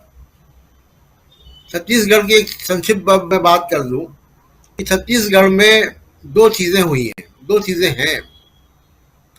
एक, वहां हिंदू मुसलमान नहीं चलता क्योंकि मुस्लिम वहां बहुत कम है। छत्तीसगढ़ में भूपेश बघेल ने क्या किया है कि छत्तीसगढ़ की पहचान की बने रहिए, चर्चा अभी जारी है। राजनीति शुरू की है। जो बार बार कहते हैं छत्तीसगढ़िया सबसे बढ़िया, तो जो आइडेंटिटी प्राइड है, जो स्टेट का प्राइड है, वो ये रमन सिंह ये काम नहीं कर पाए थे। जो भूपेश बघेल ने वो काम किया है, इससे बीजेपी को लड़ने में बड़ी दिक्कत होगी। इसलिए 200 से ऊपर रेट पड़ चुकी हैं। और दूसरा एक वजह हम सब जानते हैं कि निशाने पे क्यों है, क्योंकि कॉरपोरेट की निगाह छत्तीसगढ़ पर है। कॉरपोरेट छत्तीसगढ़ में डिस्टर्बेंस, पॉलिटिकल डिस्टर्बेंस चाहता है, और खासकर वो कॉरपोरेट जो मोदी जी को चुनाव लड़वाता है, जो 75% 80% चंदा बीजेपी को देता है इलेक्टोरल बॉन्ड्स के जरिए, वही कॉरपोरेट जो है वो चाहता है कि पॉलिटिकल डिस्टर्बेंस हो छत्तीसगढ़ में। तो राहुल गांधी देखिए जो बात कह रहे हैं वो एजेंडा सेट कर रहे हैं। उन्होंने चाइना पे एजेंडा सेट कर दिया मोदी जी का, अब वो एजेंडा सेट कर रहे हैं इलेक्शंस का और बाकी राज्यों का। तो राहुल गांधी कोई बात बिना मतलब नहीं बोलते हैं, उनको कहीं से फीडबैक है। हाँ जी, राहुल गांधी को कहीं से फीडबैक है राहुल गांधी को कि क्या कुछ बोलना है, और बहुत सारी जानकारियां राहुल गांधी के पास हैं। राहुल गांधी हवाई बातें नहीं करते हैं, कई जगहों पे वो इस बात को प्रूव करते हुए दिखाई भी देते हैं। इसलिए भी ये बात हम दावे के साथ यहां रख रहे हैं। जैसे दावे के साथ बीजेपी धोखाधड़ी कर रही है, ये उनके ही लोग डी अरविंद कुमार कह रहे हैं, उनके सांसद। तो वैसे ही दावे के साथ ये बात भी कह रहा हूं कि राहुल गांधी इधर उधर की बातें, अनाप शनाप बातें नहीं करते हैं। और यही बात यहां रख रहे थे प्रशांत टंडन जी। डॉक्टर प्रकाश हिंदुस्तानी जी, चुनाव वहां भी है, मध्य प्रदेश में भी है, और राहुल गांधी दावा कर रहे हैं कि वो चुनाव भी हम ही जीतेंगे। 2024 के चुनाव से पहले ये अगर सेमीफाइनल माना जाए तो इस सेमीफाइनल को भी कांग्रेस ही जीतेगी। ये दावा, कितना दम इसमें दिखाई देता है आपको, चूंकि आप मध्य प्रदेश में हैं और उस जगह पे हैं जहां से राहुल गांधी की पदयात्रा गुजरी थी, उस हिसाब से भी। लेकिन दूसरा, यहां तक आए उससे पहले जो दावे राहुल गांधी वहां से कर रहे हैं, लद्दाख से कर रहे हैं, इसमें कितना दम दिखाई देता है आपको? और खासकर लद्दाख के कारगिल में ये बात कहना राहुल गांधी का, ये क्या मायने रखता है? राजीव जी, राहुल गांधी ने लद्दाख में जो भारत का हिस्सा है वहां जाकर अंतर्राष्ट्रीय समुदाय को मैसेज दिया, चीन को खास तौर पर। और हमारे प्रधानमंत्री ब्रिक्स के सम्मेलन में गए, अफ्रीका गए, और वहां जाके वे भारत के लोगों को संदेश देना चाहते कि चंद्रयान पर पहुंच गए और हमने बहुत महान काम किया। जो बात राहुल गांधी ने कही कि सारी संस्थाएं सरकार के प्रचार में लगी है, इसका उदाहरण हम देख सकते हैं कि आज तमाम अखबारों में सरकार के विज्ञापन छपे, मध्य प्रदेश सरकार के विज्ञापन छपे कि प्रधानमंत्री की जय जयकार हो, प्रधानमंत्री ने मोदी के राज में हम पहुंच गए हैं, हमारा चंद्रयान पहुंच गया है। तो मोदी जी ने चंद्रयान बनाया था ऐसा लगता है। एक और बात है कि छत्तीसगढ़ में 200 छापे पड़े ईडी के, मध्य प्रदेश में एक भी छापा नहीं पड़ा। मध्य प्रदेश इस देश का ऐसा राज्य जहां सत्यवादी हरिश्चंद्र की सरकार है, और यहां कोई व्यापम घोटाला नहीं हुआ, यहां कोई नियुक्ति घोटाला नहीं हुआ, यहां कोई किसी तरह के घोटाले नहीं है, कोई घोटाला नहीं है, कोई डंपर घोटाला नहीं है, कोई खदान माफिया नहीं है, कोई शराब घोटाला नहीं है। यहां तो सत्यवादी हरिश्चंद्र का राज है, क्योंकि ईडी वाले यहां नहीं आते, सीबीआई वाले यहां नहीं आते। वो केवल, क्योंकि यहां डबल इंजन की सरकार है, और जहां डबल इंजन की सरकार होती है वहां ईडी वाले नहीं जा पाते, क्योंकि डबल इंजन के सामने वो टिक नहीं पाते। राहुल गांधी ने संदेश दे दिया है चीन को भारत में, और हमारे प्रधानमंत्री ब्रिक्स सम्मेलन में जाकर दुनिया के तमाम देशों के सामने, देशों के राष्ट्र प्रमुखों के सामने भारत में चुनाव प्रचार करने की पूरी व्यवस्था करते हैं। चंद्रयान मिशन की कामयाबी को लेकर जिस तरह भुनाने की व्यवस्था की गई थी स्कूल कॉलेजों में, उससे लगता है कि सारी संस्थाएं लगी हुई हैं बीजेपी के प्रचार में और ये लोगों के मन में धारणा बिठाने में कि देश में जो कुछ हो रहा है वो माननीय मोदी जी के कारण हो रहा है। दूसरी बात, जो राहुल गांधी की बात आपने कही, राहुल गांधी ने जो बातें कही वो बिल्कुल सही है, स्पष्ट है, और ये बात अब तक किसी को समझ में क्यों नहीं आ रही है कि जिस इंडियन नेशनल कांग्रेस को पिछले चुनाव में 19.49% वोट मिले, लगभग 19.5%, उसे 52-53 सीटें मिली, और जिस पार्टी को 37.36% वोट मिले उसे 303 सीटें मिली। यानी दुगनी सीटें भी नहीं, दुगने वोट भी नहीं मिले थे, लेकिन सीटें मिली लगभग 6 गुना। बड़ा शक होता है कि ये क्या व्यवस्था है, कैसे ये सब घोटाला हुआ। कायदे से इतने प्रतिशत वोटों पे तो कांग्रेस को 160 सीटें मिलनी चाहिए थी जो वोटों का प्रतिशत है, लेकिन मिली 52 या 53, जो भी 50 मान लो, तो लगभग 1/3 मिली। तृणमूल कांग्रेस को 4% वोट मिले थे, उसे 22 सीटें मिली, जबकि उस हिसाब से कांग्रेस का अगर पैमाना माने तो और कम सीटें मिलते। आप देखिए कि जितने वोट पिछले चुनाव में 3 नंबर पर आने वाली पार्टी जो थी तृणमूल कांग्रेस, 4 नंबर पे आने वाली बहुजन समाज, 5, 6, 7, 8, 9, इन 7 पार्टियों के लोगों को जितने वोट मिले थे उतने वोट अकेले कांग्रेस को मिले थे, लेकिन सीटें नहीं आई। तो एक सीधा सा गणित है जो शोध किया गया है विश्वविद्यालय के प्रोफेसर द्वारा, वो साफ बताता है कि चुनाव में क्या हुआ होगा, और वही हुआ होगा जो बीजेपी के सांसद दावा कर रहे हैं कि जीतेंगे तो हम ही। तो इसके पीछे जो नारा है कि आएगा तो मोदी, तो कुछ तो उनकी योजनाएं होंगी, ये निश्चित लगता है। लेकिन राहुल गांधी ने जो कहा, उन्हें जो संदेश मिल रहे हैं वो बीजेपी से और मोदी जी से मिल रहे हैं। बार बार ईडी के छापे पड़ रहे हैं, कहां पड़ रहे हैं, जिन राज्यों में पड़ रहे हैं, और जहां जहां बीजेपी की पिटाई हो रही है, बीजेपी को लोग नहीं चुन रहे हैं, वहां ये तमाम संवैधानिक संस्थाएं एकदम सक्रिय है। लोगों को याद रखना चाहिए कि इस देश में सूचना का अधिकार जैसा कानून लाने वाली पार्टी, जो लोकतंत्र की मर्यादाओं का इतना ख्याल रखती है, जो पार्टी आरटीआई जैसा कानून लाई, क्या उन लोगों को यह पता नहीं होगा कि ये कानून, इस कानून का उपयोग, इस कानून के आने से कांग्रेस को परेशानी हो सकती है। लेकिन लोकतंत्र के लिए, पारदर्शिता के लिए उन्होंने ये कानून लाए, लेकिन अब जो सरकार है वो ये सारी पारदर्शिता छुपाना चाहती है।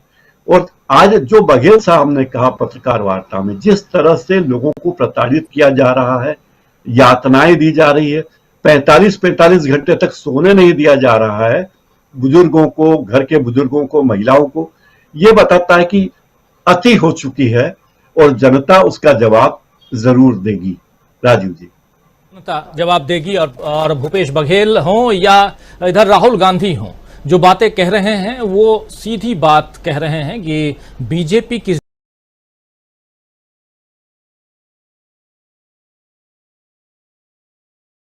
ईडी की खबर हम बताई थी कि संजय मिश्रा को बीजेपी जो है या मोदी सरकार कह लें, वो रिटेन करना 15 सितंबर के बाद भी, और क्यों करना चाहती है उसका जवाब घर से मिल जाएगा, जो आज कह रहे थे भूपेश बघेल।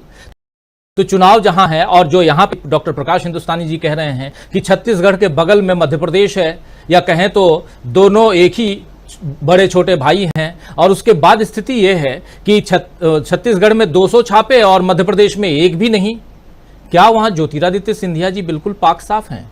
क्या वहां की सरकार के मुख्यमंत्री बिल्कुल पाक साफ हैं? या जो मंत्रीगण हैं जो पिछले 15-20 साल से बने रहे हैं अपने अपने पद पे, वो बिल्कुल पाक साफ हैं? सवाल का जवाब जो है वो आपको ढूंढने की जरूरत, हमको ढूंढने की जरूरत नहीं है। इस सवाल का जवाब ऑलरेडी आप सबके पास है, हमारे पास है। चलिए खैर आगे बढ़ें, और आना चाहता हूं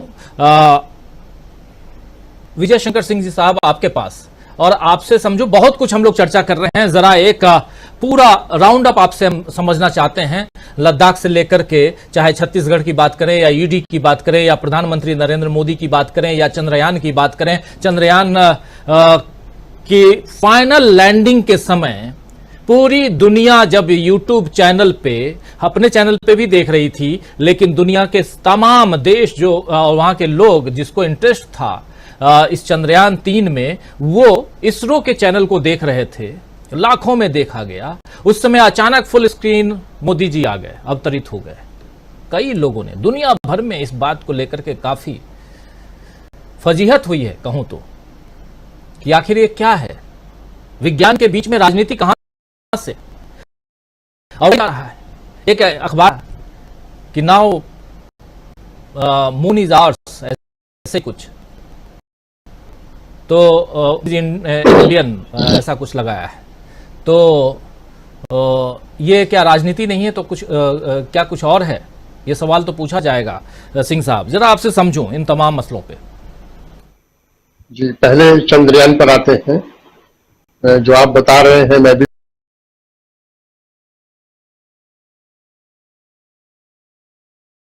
देख रहा था और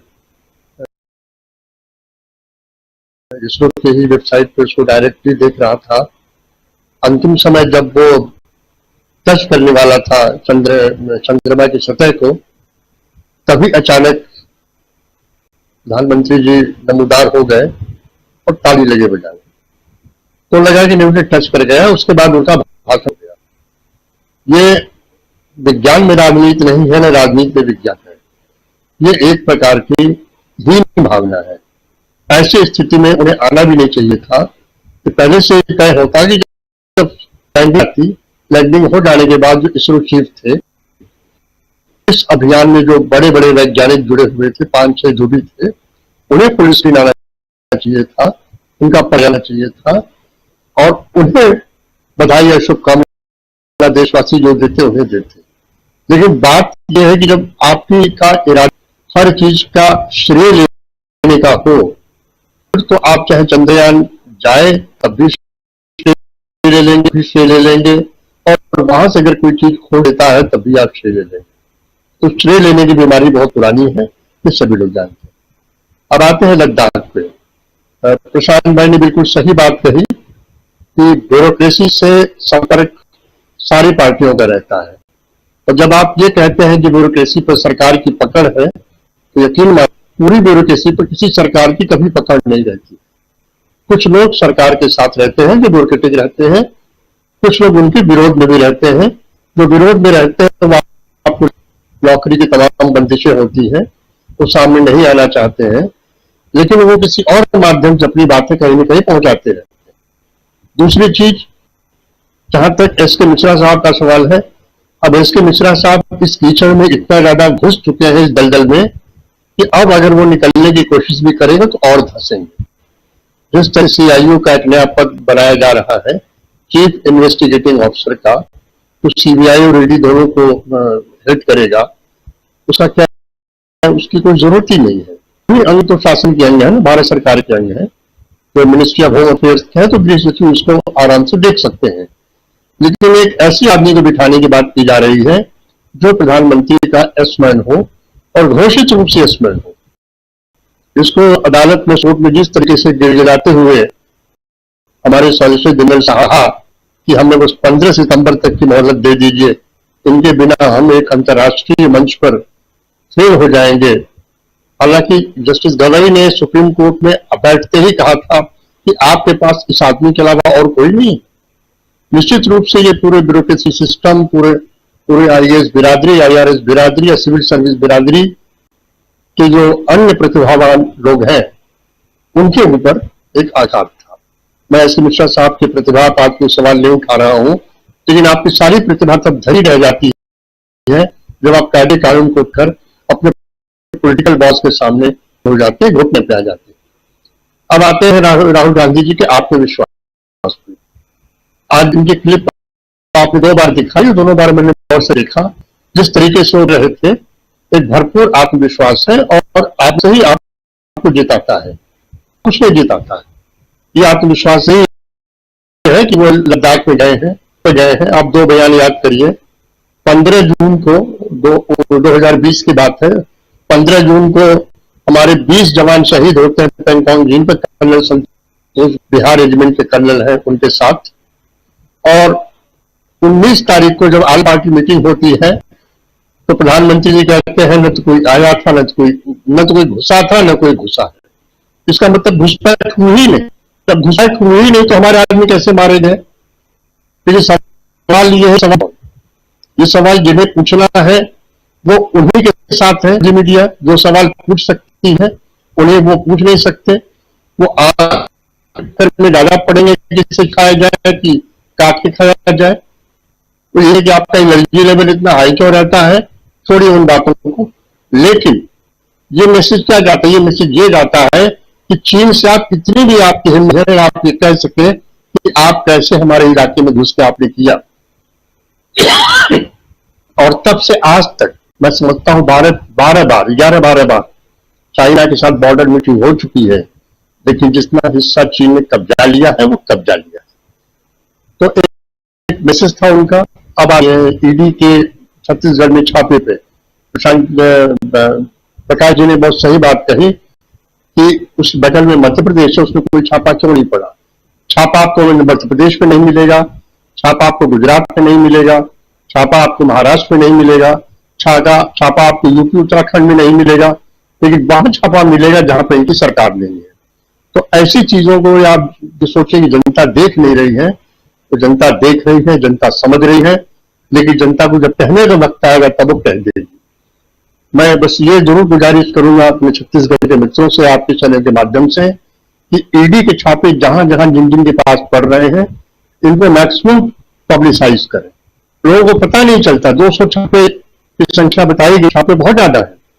इतने छापे तो लोकल पुलिस के नहीं पड़ते हैं, लेकिन 200 छापे ईडी जैसी एक विशेषज्ञ प्राप्त एजेंसी जो बिल्कुल मनी लॉन्ड्रिंग केसेस के लिए बनी है, उसके 200 छापे ऐसे पड़ रहे हैं जैसे लगता है गांव में घुस घुस के आप हर गांव की तलाशी ले रहे हैं। किसके यहाँ पड़े हैं, कैसे पड़े हैं, इन चीजों को जितना ही सोशल मीडिया पर लाया जाएगा जागरूक होगी और जनता ये समझ रही है, इसलिए ईडी का डर भी निकलता जा रहा है। अब कोई डर नहीं रहा है।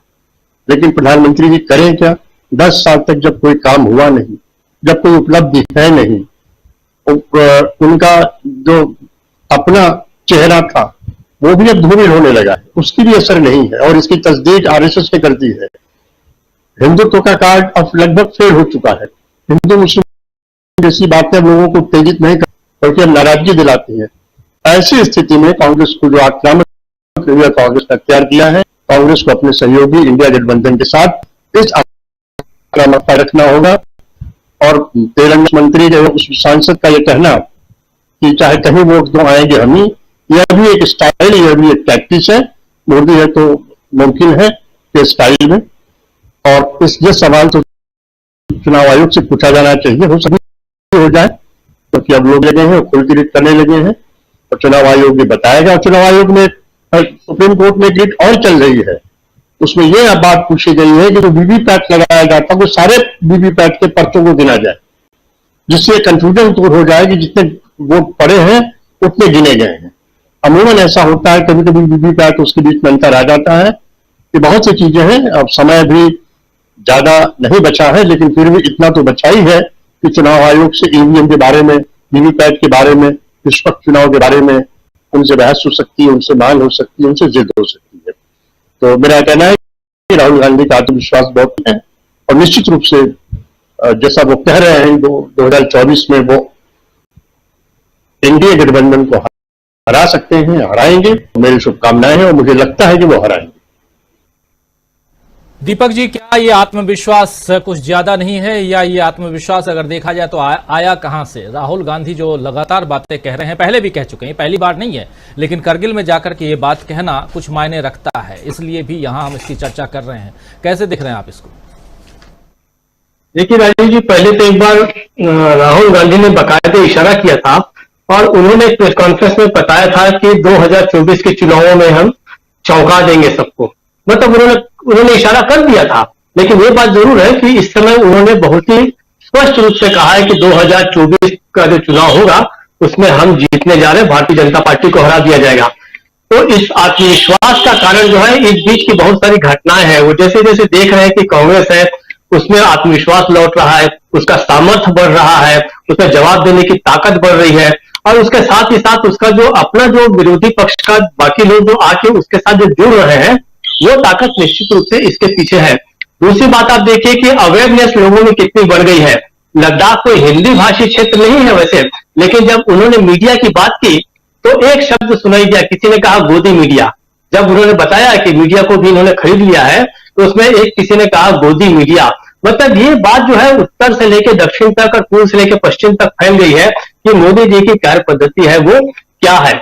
ये बात और है, जैसे और केंद्रीय चुनाव आयोग की कार्यप्रणाली, ईवीएम, इसके बारे में बहुत ही दबी जुबान से ही बात होती थी, और खासकर प्रतिपक्ष जो है वो इसके बारे में बातें कम इसलिए करता था कि लोगों को ऐसा लगता था कि अगर हम ईवीएम की बात करेंगे तो शायद लोग ऐसा सोचेंगे कि देखिए ये पहले से ही हारने जा रहे हैं, इसलिए अभी से ईवीएम का रोना रो रहे हैं। और इस बात का ऐसा माहौल जो है ये मोदी और भारतीय जनता पार्टी के लोग करते भी रहे हैं। मोदी जी कई बार अपने भाषण में बताते हैं, देखिए अब जैसे जैसे पश्चिम बंगाल में उन्होंने भाषण में कहा कि जैसे जैसे चुनाव आगे बढ़ेगा, पहले ये केंद्रीय चुनाव आयोग को गालियां देंगे, फिर उसके बाद ये ईवीएम का रोना रोएंगे। तो एक तरह से माहौल बन रहा था, इसलिए बहुत सारे जो विरोधी दल के नेता हैं वो इस बातों को नहीं उठा पा रहे थे। लेकिन जब अब ये महसूस होने लग गया है कि पानी जो है वो सिर के ऊपर से बहने लग गया है, तो लोगों को बाहर निकलकर सांस लेना बहुत आवश्यक हो गया है। तो इसलिए अब राहुल गांधी जो है वो अपनी बढ़ती हुई ताकत को देखते हुए इस बात को अब उठा रहे हैं। मैं छत्तीसगढ़ पे आऊं जरा, मतलब सीधे लद्दाख पहुंचने की बजाय पहले छत्तीसगढ़ से बात करूं, तो छत्तीसगढ़ में अब ये हो गया है कि यहाँ के लोगों ने सही मायने में कहें तो अब उनका ईडी को लेकर जो डर है वो धीरे धीरे खत्म हो रहा है। अब कार्यप्रणाली ये हो गई है कि ईडी जहां भी छापा मारती है, एक ही उदाहरण दूं, विनोद वर्मा के यहाँ जब छापामारी हो रही थी तो जितने देर तक वहां पर ईडी के अधिकारी थे, बाहर खड़े होकर कांग्रेस के लोगों ने बाकायदे भूपेश बघेल का जो है वो जन्मदिन मनाया केक काटकर। और इसके पहले भी हो चुका है, ईडी कार्यालय के बाहर भी लोगों ने ईडी के कार्यालय के बाहर भी धरना प्रदर्शन जो है वो कांग्रेस के कार्यकर्ता देने लग गए हैं। मतलब एक तरह से प्रतिरोध जो है वो सामने आने लग गया है। ये सारी चीजें जो है वो धीरे धीरे बढ़ रही है।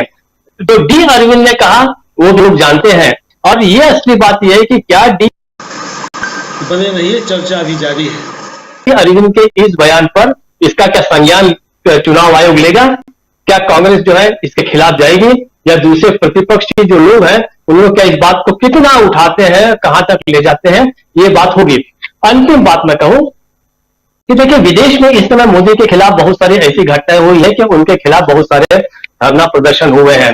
फ्रांस में हुआ, अमेरिका में हुआ, और उसके बाद अभी दो घटनाएं देखिए। ट्रंप ने अभी एक बयान दिया है और उन्होंने कहा कि मैं अगर 2024 में लौटा चुनाव जीता तो मैं भारत से वहां की वस्तुओं पर टैरिफ बढ़ाकर बदला लूंगा, क्योंकि भारत ने अमेरिका की बहुत सारी वस्तुओं पर टैरिफ जो है 200% तक कर दिया है। उनका इशारा कुछ महंगी मोटरसाइकिलों को लेकर था। ये वही ट्रंप है जिसके बारे में मोदी जो है वो जाके बकायदे बयान देते थे कि अब की बात ट्रंप सरकार किस तरीके से पलटती है। सारी की सारी जो बाजियां हैं, पहले ओबामा साहब ने कहा था कि अगर मैं इस समय प्रधानमंत्री रहता तो मोदी से, ये तब की बात है जब मोदी अमेरिका में थे, तो मैं भारत में मुसलमानों के साथ जो कुछ शुरू हो रहा है उसके बारे में उनसे बात करता। ये सब चीजें भी मुझे उतनी दुखी नहीं करनी। अंतिम बात करके मैं खत्म करूंगा, लेकिन अफ्रीका में, साउथ अफ्रीका में उनके साथ जो इस समय जो उनके खिलाफ जो वातावरण बना है और लोगों ने गो बैक के नारे लगाए हैं। देखिए जोहानिसबर्ग का भारत के साथ बड़ा जबरदस्त रिश्ता है, बहुत ही भावनात्मक रिश्ता है। वो ऐसा है कि जोहानिसबर्ग की हम एक वहां पर दक्षिण अफ्रीका में जिस समय महात्मा गांधी थे तो उस समय की एक उनकी ट्रेन यात्रा बड़ी मशहूर है।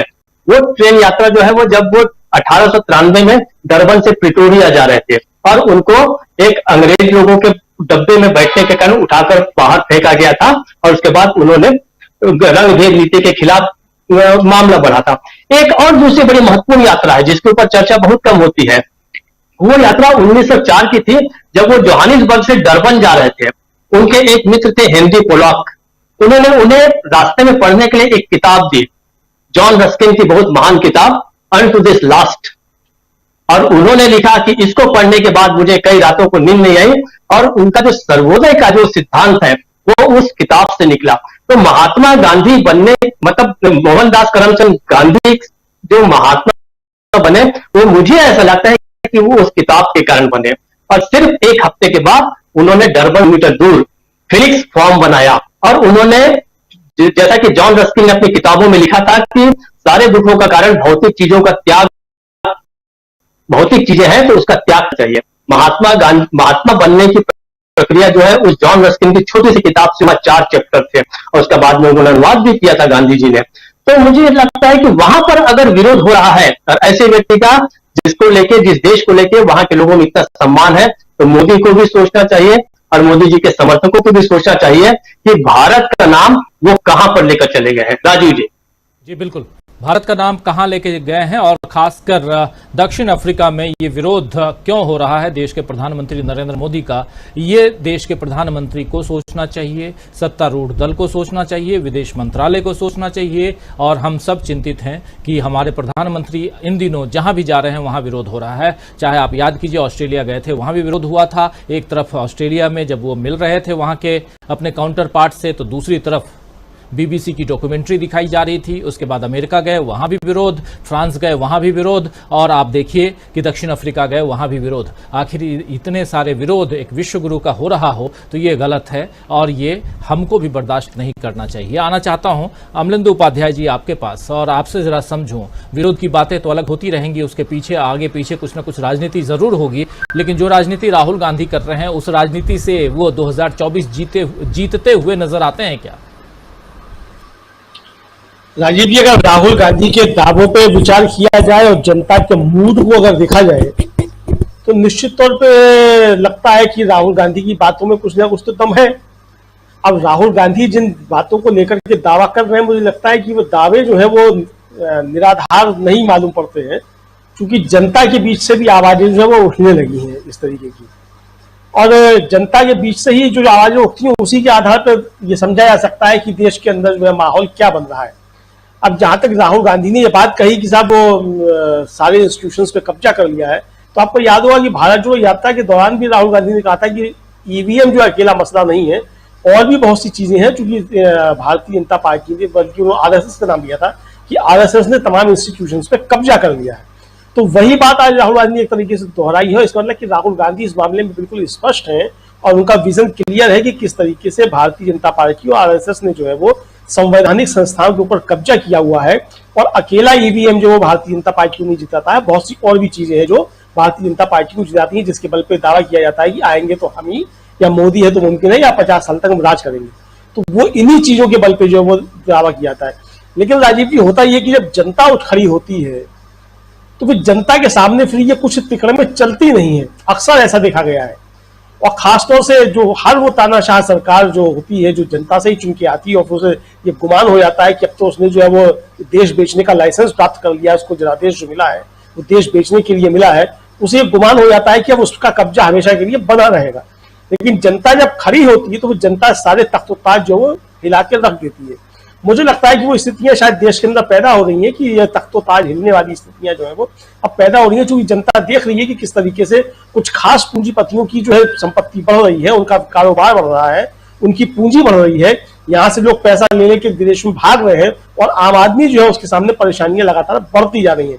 तो आम आदमी को भी ये चीजें समझ में आने लगी हैं कि इन सब चीजों के पीछे जड़ जो है असल में वही, जिस आधार पर कहा जाता था कि आपके खाते में 15 लाख आ जाएंगे, तो वो खाते में 15 लाख कैसे आते? वो यही तो है कि जो आप कहते थे साहब विदेश में काला धन चला गया है, तो जो विदेश में काला धन था जिसे आप बताते थे उसकी वजह से 15 लाख खाते में आने थे। तो अब जो विदेश में जो लोग यहाँ से पैसा लेके भाग गए तो वो किसका पैसा है? वो हमारे खातों से 15 लाख निकला होगा, जिसके खाते में 15 लाख रहे होंगे, और जिसके खाते में 1 लाख रहा होगा उसका 1 लाख निकला होगा।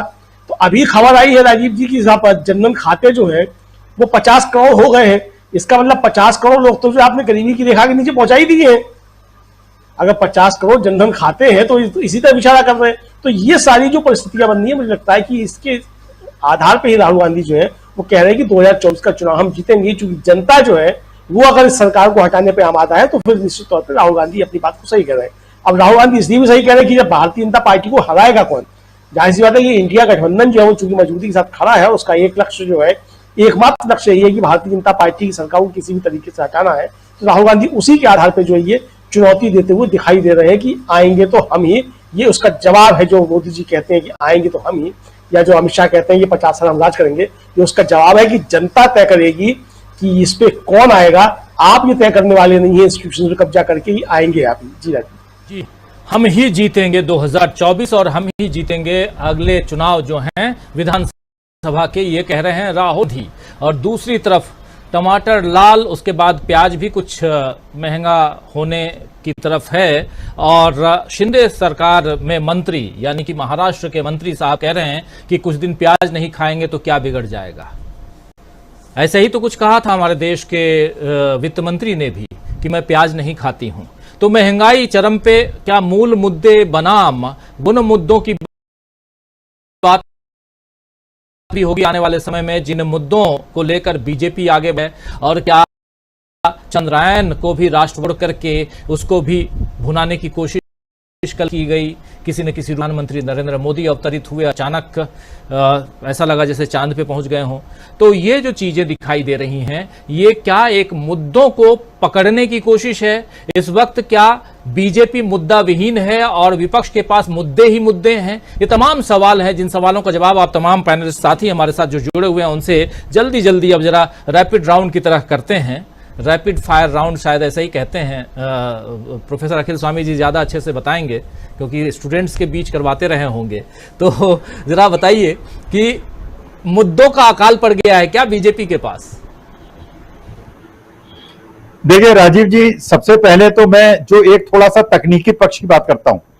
जो ये ब्रिक्स सम्मेलन के लिए साउथ अफ्रीका गए हैं मोदी जी, इसका मुख्य उद्देश्य है डॉलर के डोमिनेशन को वर्ल्ड से कम करना।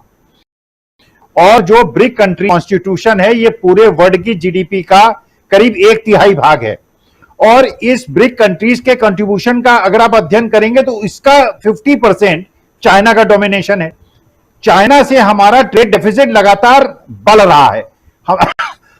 हमारे इंपोर्ट बढ़ रहे हैं, हमारे एक्सपोर्ट कम हो रहे हैं। तो देखिए, ये ऐसी परिस्थिति है जिस परिस्थिति में आप डॉलर के डोमिनेशन को खत्म करने के लिए चाइना की करेंसी के डोमिनेशन को बढ़ावा दे रहे हैं, पहली बात। दूसरी बात आप ये समझिए, पंडित जवाहरलाल नेहरू बात कर सकते थे पंचशील का, वो बात कर सकते थे नॉन अलाइंड मूवमेंट का, इसलिए कर सकते थे कि वो देश के अंदर भी लोकतांत्रिक व्यवस्था और सह अस्तित्व को स्वीकार करते थे। अब आप देखिए कितना विरोधाभास है। अगर हमारा देश का प्रधानमंत्री विदेश में जाके एक रीजनल काउंसिल बनाने की बात करे, ब्रिक कंट्रीज की बात करे जैसे यूरोपियन यूनियन बना, और अगर एक चीज और देखिए उसमें यूएई जैसे देश, ईरान जैसे देश जो उसके अंदर शामिल होने की बात जिनकी हुई, ये सारे के सारे चीन के पक्षधर हैं। इसका मतलब यह हुआ कि ये जो यूनियन बन रहा है, इस यूनियन के अंदर चाइना के जो समर्थक देश हैं उनका डोमिनेशन है और उनका डोमिनेशन बढ़ता चला जा रहा है। दूसरी तरफ से जब अब आप अपने देश के अंदर धार्मिक विद्वेष में फंसे हुए हैं, जब अपने प्रदेशों को आप छोड़ चुके हैं, तो आप एक रीजनल कोऑपरेशन की बात कैसे कर सकते हैं? तो वास्तविकता में इतना बड़ा विरोधाभास है राजीव जी, जो देशवासियों को समझना चाहिए। हमारी जीडीपी की ग्रोथ कम हो गई है, हमारे जो एक्सटर्नल लोन्स हैं वो बढ़ गए हैं, हमारा इन्फ्लेशन बढ़ गया है, हमारी जो ये इंफ्रास्ट्रक्चर की बात हो रही है, तो देशवासियों को यह समझना चाहिए कि जो आपको दिखाया जा रहा है, जो रोजी पिक्चर दिखाई जा रही है कि बड़ा अच्छा इंफ्रास्ट्रक्चर बन रहा है, वास्तविकता में चाहे वो सामाजिक रूप हो, चाहे वो राजनीतिक रूप हो, चाहे वो आर्थिक रूप हो, हर तरह से हमारे देश को कमजोर प्रधानमंत्री जी कर रहे हैं। और इसका अब मुश्किल ये हो गई है, अभी तो इंटरनल प्रेशर राहुल गांधी बना रहे थे, अब एक्सटर्नल प्रेशर भी हर देश से भारतवर्ष के ऊपर बन रहा है, जो भारत के लिए बहुत अच्छी स्थिति नहीं है। 10 महीने बाद हमें अच्छा निर्णय देशवासियों को लेना पड़ेगा। प्रोफेसर रविकांत जी, क्या मूल मुद्दों से भाग रही है बीजेपी, ये माना जाए? नहीं, मूल मुद्दों पर वो रही कब है जो वो आज भागेंगे? उन्होंने हमेशा डाइवर्ट किया है, चाहे वो चाइना का मुद्दा हो, कोरोना का हो, या जीएसटी का हो, नोटबंदी का हो। मोदी जी कभी मूल मुद्दों पर रहते ही नहीं है और वो मूल मुद्दों के लिए आए भी नहीं थे। वो जिस काम के लिए आए थे, वो 4 ड्रेस दिन में बदलना है उनको, तमाम विदेश यात्राएं करना, वो उन्होंने कर लिया है। इस देश के लोगों का जो होता है वो होता रहे, उससे क्या फर्क पड़ता है मोदी जी को। मोदी जी तो कह चुके हैं कि कोई दिक्कत होगी तो झोला उठा करके चल देंगे। अब इस देश के लोगों ने थोड़ा उनको पकड़ रखा है कि अभी नहीं भाई, अभी झोला मत उठाइए, अभी विदेश घूम लीजिए। तो इस देश में जो टैक्स पेयर्स का पैसा है उससे एंजॉय कर रहे हैं मोदी जी पूरे लाइफ को। तो उनको मूल मुद्दों से कोई लेना देना नहीं है। जब वक्त आएगा, अब राहुल गांधी जो कर रहे हैं समय, उसके बाद उनकी वो बारी आएगी तो वो भी अपना झोला निकल लेंगे। अब वो कहां जाएंगे ये उन्होंने नहीं बताया है, लेकिन ये भी नहीं पता था कि हर देश से उनके लिए गो बैक के नारे लगेंगे। अब बेचारे अफ्रीका जाना चाहें तो वहां से गो बैक के नारे लगेंगे, अमेरिका जाना चाहेंगे तो वहां से गो बैक के नारे लगेंगे। तो जाएंगे आखिर कहां मोदी जी? मुझे तो इस बात की चिंता है कि वो जाएंगे तो, लेकिन जाएंगे कहां, ये मसला है असली। गंभीर मसला है और मूल मुद्दे की हम बात कर रहे हैं। जरा प्रशांत टंडन जी के पास भी आना चाहता हूं। प्रशांत जी, क्या राहुल गांधी की राजनीति में मूल मुद्दे साफ दिखाई दे रहे हैं, लेकिन अगर काउंटर पार्ट को देखिए तो वो आज भी राष्ट्रवाद को या जो हिंदुत्व और जो बाकी जो राजनीति है उसको खोजने की कोशिश है और बहुत दूर तक नजर नहीं आ रहे हैं वो मुद्दे जिन मुद्दों पर बीजेपी चुनाव लड़ती रही है अभी तक। तो ऐसे में यहां फिर आ रहा है कि आखिर जो चुनाव बिल्कुल सिर पे हैं उन चुनावों का में होगा क्या। जो 4 राज्यों के चुनाव हैं उन राज्यों के चुनावों में भी ऐसा लग रहा है कि मोदी जी के नाम पे ही चुनाव लड़े जाएंगे। 4 नहीं 5 राज्यों के चुनाव, उसमें भी मोदी जी का नाम ही सबसे ऊपर दिखाई देता है और भाजपा अभी तक वही लड़ते हुए आई भी है। हम देख ही रहे हैं कर्नाटक के चुनाव को या उससे पहले के चुनावों में मोदी जी ही स्टार प्रचारक रहे हैं। ऐसे में एक बड़ी क्राइसिस नहीं दिखाई देती भाजपा के लिए? देखिए राजीव जी, एक तो बीजेपी ने कभी भी ध्रुवीकरण के अलावा किसी और मुद्दे पर चुनाव में बीजेपी नहीं गई है। और अगर उन्होंने ये प्रयोग कभी किया है, 2004 में मान लीजिए कि प्रयोग हुआ था ये इंडिया शाइनिंग के नाम से, तो वो प्रयोग में वो कभी सफल नहीं हुए। इस समस्या से बीजेपी को बाहर निकलना है, क्योंकि ये जो नफरत की राजनीति का एक चक्र है, समय चक्र, उसका वो कोई अनंत काल तक नहीं चलने वाला है। एक सामाजिक प्रक्रिया का हिस्सा है। आज ये पॉलिटिक्स है, कल नहीं रहेगी। आप देखिए कांग्रेस को ही देखिए कि कांग्रेस ने कितनी बार अपने आप को री इन्वेंट किया है,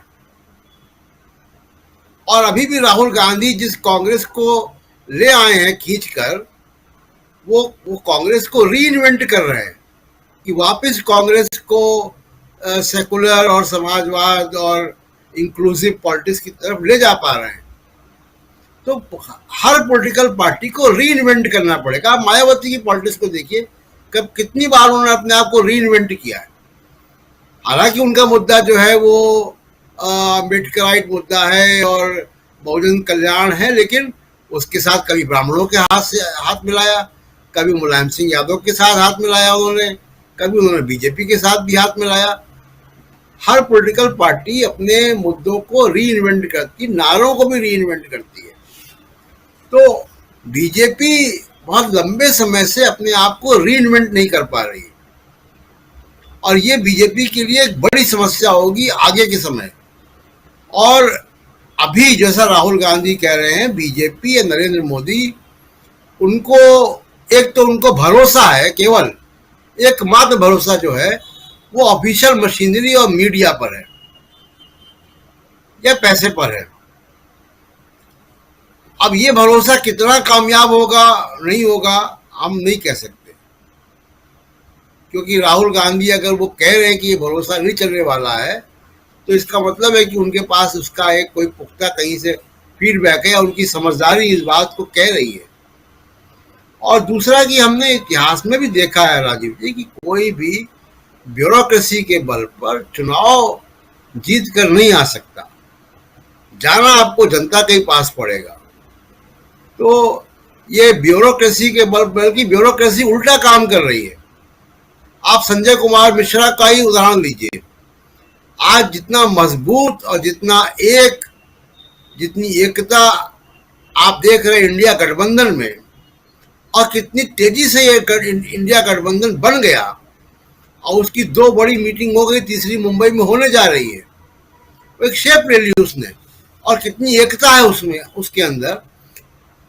वो एकमात्र व्यक्ति है जिसने इंडिया गठबंधन बना दिया, वो संजय कुमार मिश्रा, डायरेक्टर एनफोर्समेंट। इनके ही कर कमलों से वो इंडिया गठबंधन बना है इतना तेजी से।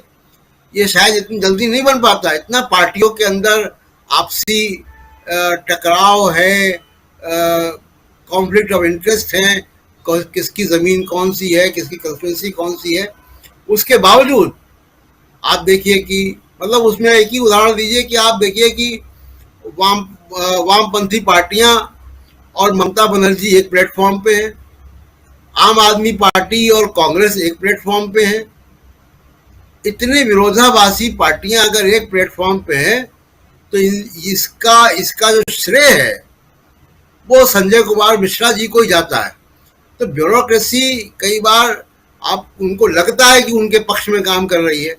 मैं दावे के साथ कह सकता हूं कि अगर 200 रेड मारी ईडी ने, और अभी भूपेश बघेल कह रहे हैं कि वहां पे बड़े पैमाने पर इनकम टैक्स की कार्रवाई शुरू होने वाली है, निश्चित तौर पर जनता की सिंपैथी मिलेगी। पुलिस ने हमेशा सरकारों को गिराया है।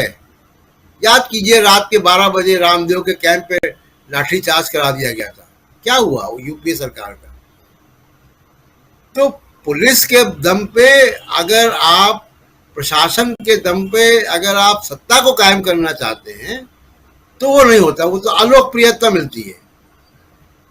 राजीव जी, उसके दम पे आप सरकारें जो हैं वो गिराने की ओर जाते हैं, सरकारें बनाने की ओर नहीं जाते हैं। और वो इतिहास गवाह है। बहुत ऐसे उदाहरण सामने हैं, साउथ से लेकर नॉर्थ तक और ईस्ट से लेकर के वेस्ट तक आप देखें तो बहुत ऐसे एग्जाम्पल आपको मिल जाएंगे।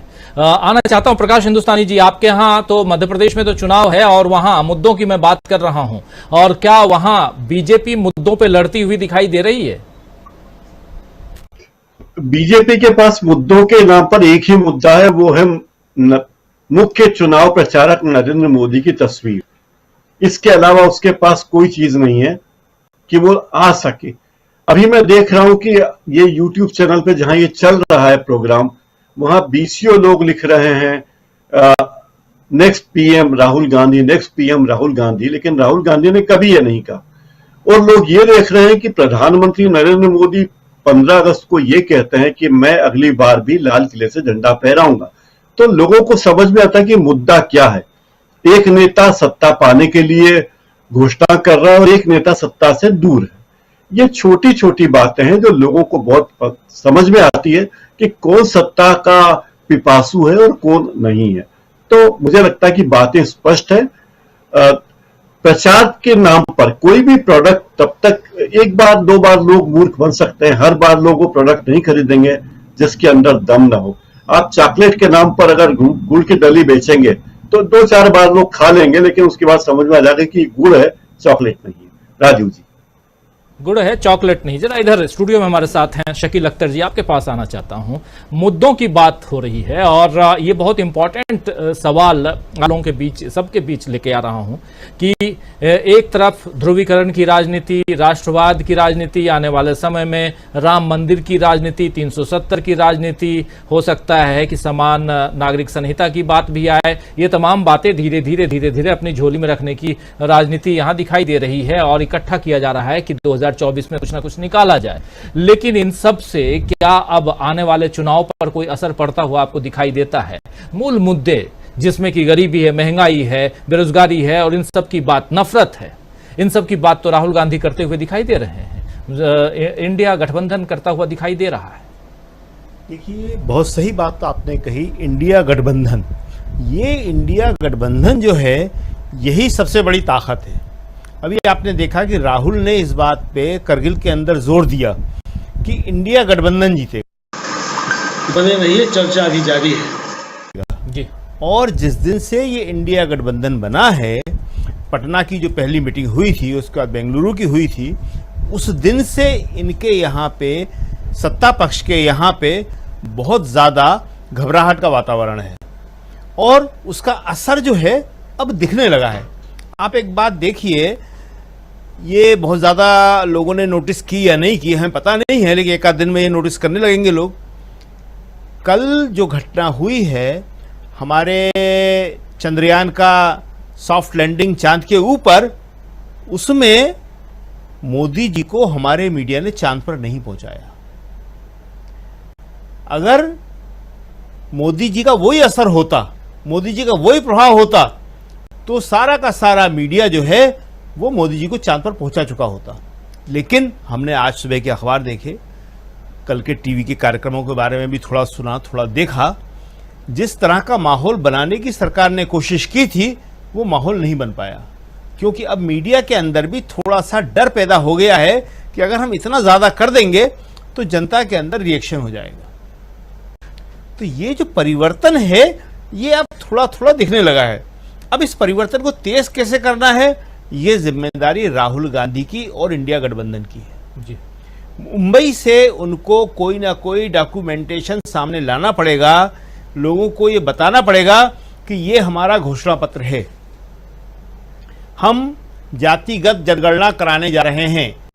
जैसे ही हम चुनाव जीते, अगर हम जीते तो हमारी कैबिनेट की पहली मीटिंग के अंदर जातिगत जनगणना के समर्थन में प्रस्ताव पास कर दिया जाएगा। उन्हें ये बात बताना पड़ेगी कि सरकारी शिक्षा और सरकारी चिकित्सा उसी दिन से शुरू कर दी जाएगी। जो पहले बच्चे सरकारी स्कूलों में पढ़ते थे, आज जो सरकारी स्कूल बंद हुए वापस शुरू कर दिए जाएंगे, सारी फीसें माफ हो जाएंगी। इसी तरह हॉस्पिटलों की व्यवस्था हो जाएगी। ये सारी चीजें जो हैं, इन्हें अपने 31 अगस्त को और 1 सितंबर को जो मीटिंग होने जा रही है, इसमें ये सारी की सारी चीजें इन लोगों को सामने लाना पड़ेंगी।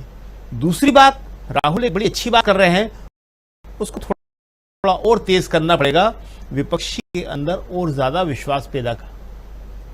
आज देखिए, ये सवाल हुआ भूपेश बघेल से, और भूपेश बघेल ने बड़ा अच्छा जवाब दिया। छत्तीसगढ़ में जो केजरीवाल गए हुए थे, उनसे पूछा कि अरे साहब आप बात कर रहे हैं, और ये वहां जाके बोले, और वहां पे उन्होंने कहा ये जो गठबंधन है लोकसभा चुनाव के लिए है, और अपने केजरीवाल जी अपने प्रचार पाने के लिए जो बोलते हैं उन्हें बोलने दीजिए। यही भावना रहना चाहिए। आज बहुत सारे लोग कि ये ऐसा करेगा, वो ऐसा करेगा, नहीं, इसके बदले जो अभी हमारे दूसरे पार्टिसिपेंट बोल रहे थे कि मायावती जी आएंगी, अगर इस आशावाद को बढ़ावा नहीं दिया गया तो ये बीजेपी के लिए फायदेमंद होगा। अब तो ये जो बताया गया कि केसीआर भी इसमें आ सकते हैं, बिल्कुल आ सकते हैं, सब आ सकते हैं। अब जब बात ये हो रही है कि आरएसएस समर्थन नहीं कर रहा है मोदी का, तो जैसे कि आरएसएस पहले भी कर चुका है, इंदिरा गांधी का उसने साथ दिया था, ऐसे कौन साथ दे रहा है? आप सबका साथ लीजिए। क्यों? क्योंकि आप जनता की लड़ाई लड़ रहे हैं, आप किसी से नहीं लड़ रहे, आप जनता की बेहतरी के लिए लड़ रहे हैं। क्योंकि आज की तारीख में जनता जो है वो बहुत परेशान हो चुकी है, और जनता वापस कैसे अपने अधिकारों को पाएगी, जनता की जिंदगी कैसे बेहतर बनेगी, इसके लिए इंडिया को काम करना है। जी बिल्कुल, इंडिया को काम करना होगा। लेकिन चुनावी मुद्दों की बात हम कर रहे हैं। सिंह साहब, आपसे समझना चाहता हूं, याद कीजिए गरीबी हटाओ से लेकर के जितने चुनाव हुए, मैक्सिमम चुनाव कहीं न कहीं मूल मुद्दे पे हुए। मूल मुद्दों में भ्रष्टाचार भी एक मुद्दा है। भ्रष्टाचार पे 2014 का चुनाव लड़ा गया, 2019 का चुनाव जो देखते हैं हम कि राष्ट्रवाद के नाम पर लड़ा गया, लेकिन उससे पहले चाहे 2004 का चुनाव, चाहे 2009 का चुनाव, उससे पहले अटल बिहारी वाजपेयी का 1998 का चुनाव, पहले का चुनाव इंदिरा गांधी की हत्या के बाद की जो चुनाव था, वो एक रख दिया जाए तो हर चुनाव को, चुनाव दर चुनाव, मूल मुद्दे कहीं न कहीं आजू बाजू में इर्द गिर्द रहे हैं। क्या आज की तारीख में 2024 के चुनाव में मुद्दे की कमी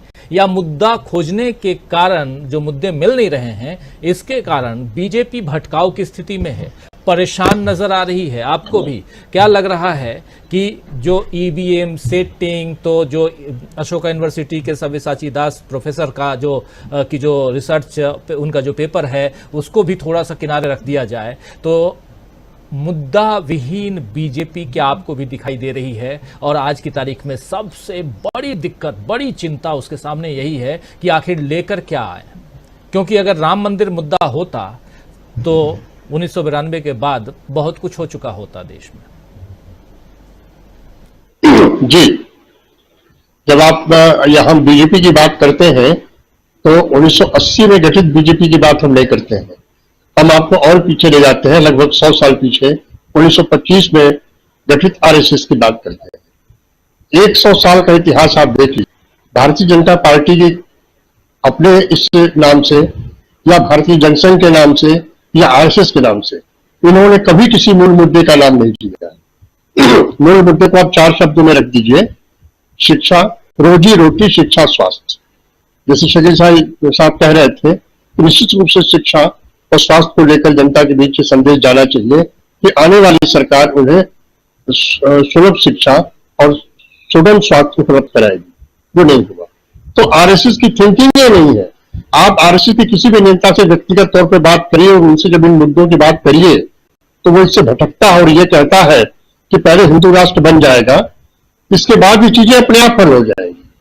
लेकिन उनसे ये चीजें हल कैसे होगी तो इसका जवाब नहीं देंगे, इसलिए कि उन्हें ये पढ़ाया ही नहीं गया है, इस पर उन्होंने सोचा ही नहीं गया है। 1935-36 में ही कांग्रेस ने योजना आयोग का गठन कर लिया था, सुभाष बाबू के नेतृत्व में उन्हीं की सदारत में योजना आयोग का गठन हुआ था। एक दिमाग में खाका स्पष्ट था। तभी ये बात उठ गई थी कि जमींदारी अबालिश होगी, जमींदारी खत्म होगी और एक लोकतांत्रिक निजाम ऐसा आएगा तो समाजवाद की तरफ ले जाएगा। खुलेआम समाजवाद की बातें हो रही थी, इसीलिए मुस्लिम लीग ने इसकी बात नहीं की। इसलिए ज्यादातर जो मुस्लिम जमींदार थे वो अपनी जमींदारी बचाने के लिए उस तरफ चले गए, बच नहीं पाए गए। तो मेरा है कि भारतीय जनता पार्टी आज भी इन मूल मुद्दों पर नहीं बोल सकती। रहा सवाल राम मंदिर का, आप बिल्कुल सही कह रहे हैं। 1992 में जब बाबरी ढांचा ध्वस्त हो गया तो जो चुनाव हुए उसके बाद से 12-13 साल लगे हैं भारतीय जनता पार्टी की यूपी में सरकार बनाने में, वो भी तब जब उन्होंने तरह तरह से जोड़ तोड़कर और लोगों को लाया है और उस समय इन्होंने जो अपनी पार्टी का अपराधीकरण किया है वो आज तक जारी है। तो निश्चित रूप से भारतीय जनता पार्टी के पास मुद्दों का अभाव है और जो मुद्दे हैं भी इन पर बोलने का इनका न अख्तियार है न बोलने का इनका कोई मुंह है। किस मुंह से कहेंगे कि बेरोजगारी नहीं है? इन्होंने बेरोजगारी के आंकड़े 2016 से देना बंद कर दिए। किस मुंह से कहेंगे कि महंगाई कम हो गई है? महंगाई के आंकड़े इन्होंने देना बंद कर दिए। किस रूप से कहेंगे कि नहीं शिक्षा की व्यवस्था कर रहे हैं? आधे से ज्यादा स्कूल इन्होंने बंद कर दिए हैं। किस मुंह से कहेंगे कि हमने अस्पतालों की है? इंश्योरेंस का पैसा लगा के, इंश्योरेंस के नाम पर घपला करके कैसे आप ये सब कर सकते हैं? तो मुद्दों का अभाव ही नहीं है, बल्कि मुद्दों के बारे में ये बिल्कुल कंफ्यूज है, मेरा ये कहना है। क्लोजिंग कमेंट दीपक जी जल्दी से, बहुत सारी बातें हो गई जी। दीपक जी ये काफी कुछ तो जैसे बता दिए गए कि मूलभूत जो भौतिक जरूरतें हैं जनता की, उसके बारे में तो पूरी तरह ब्लैंक है।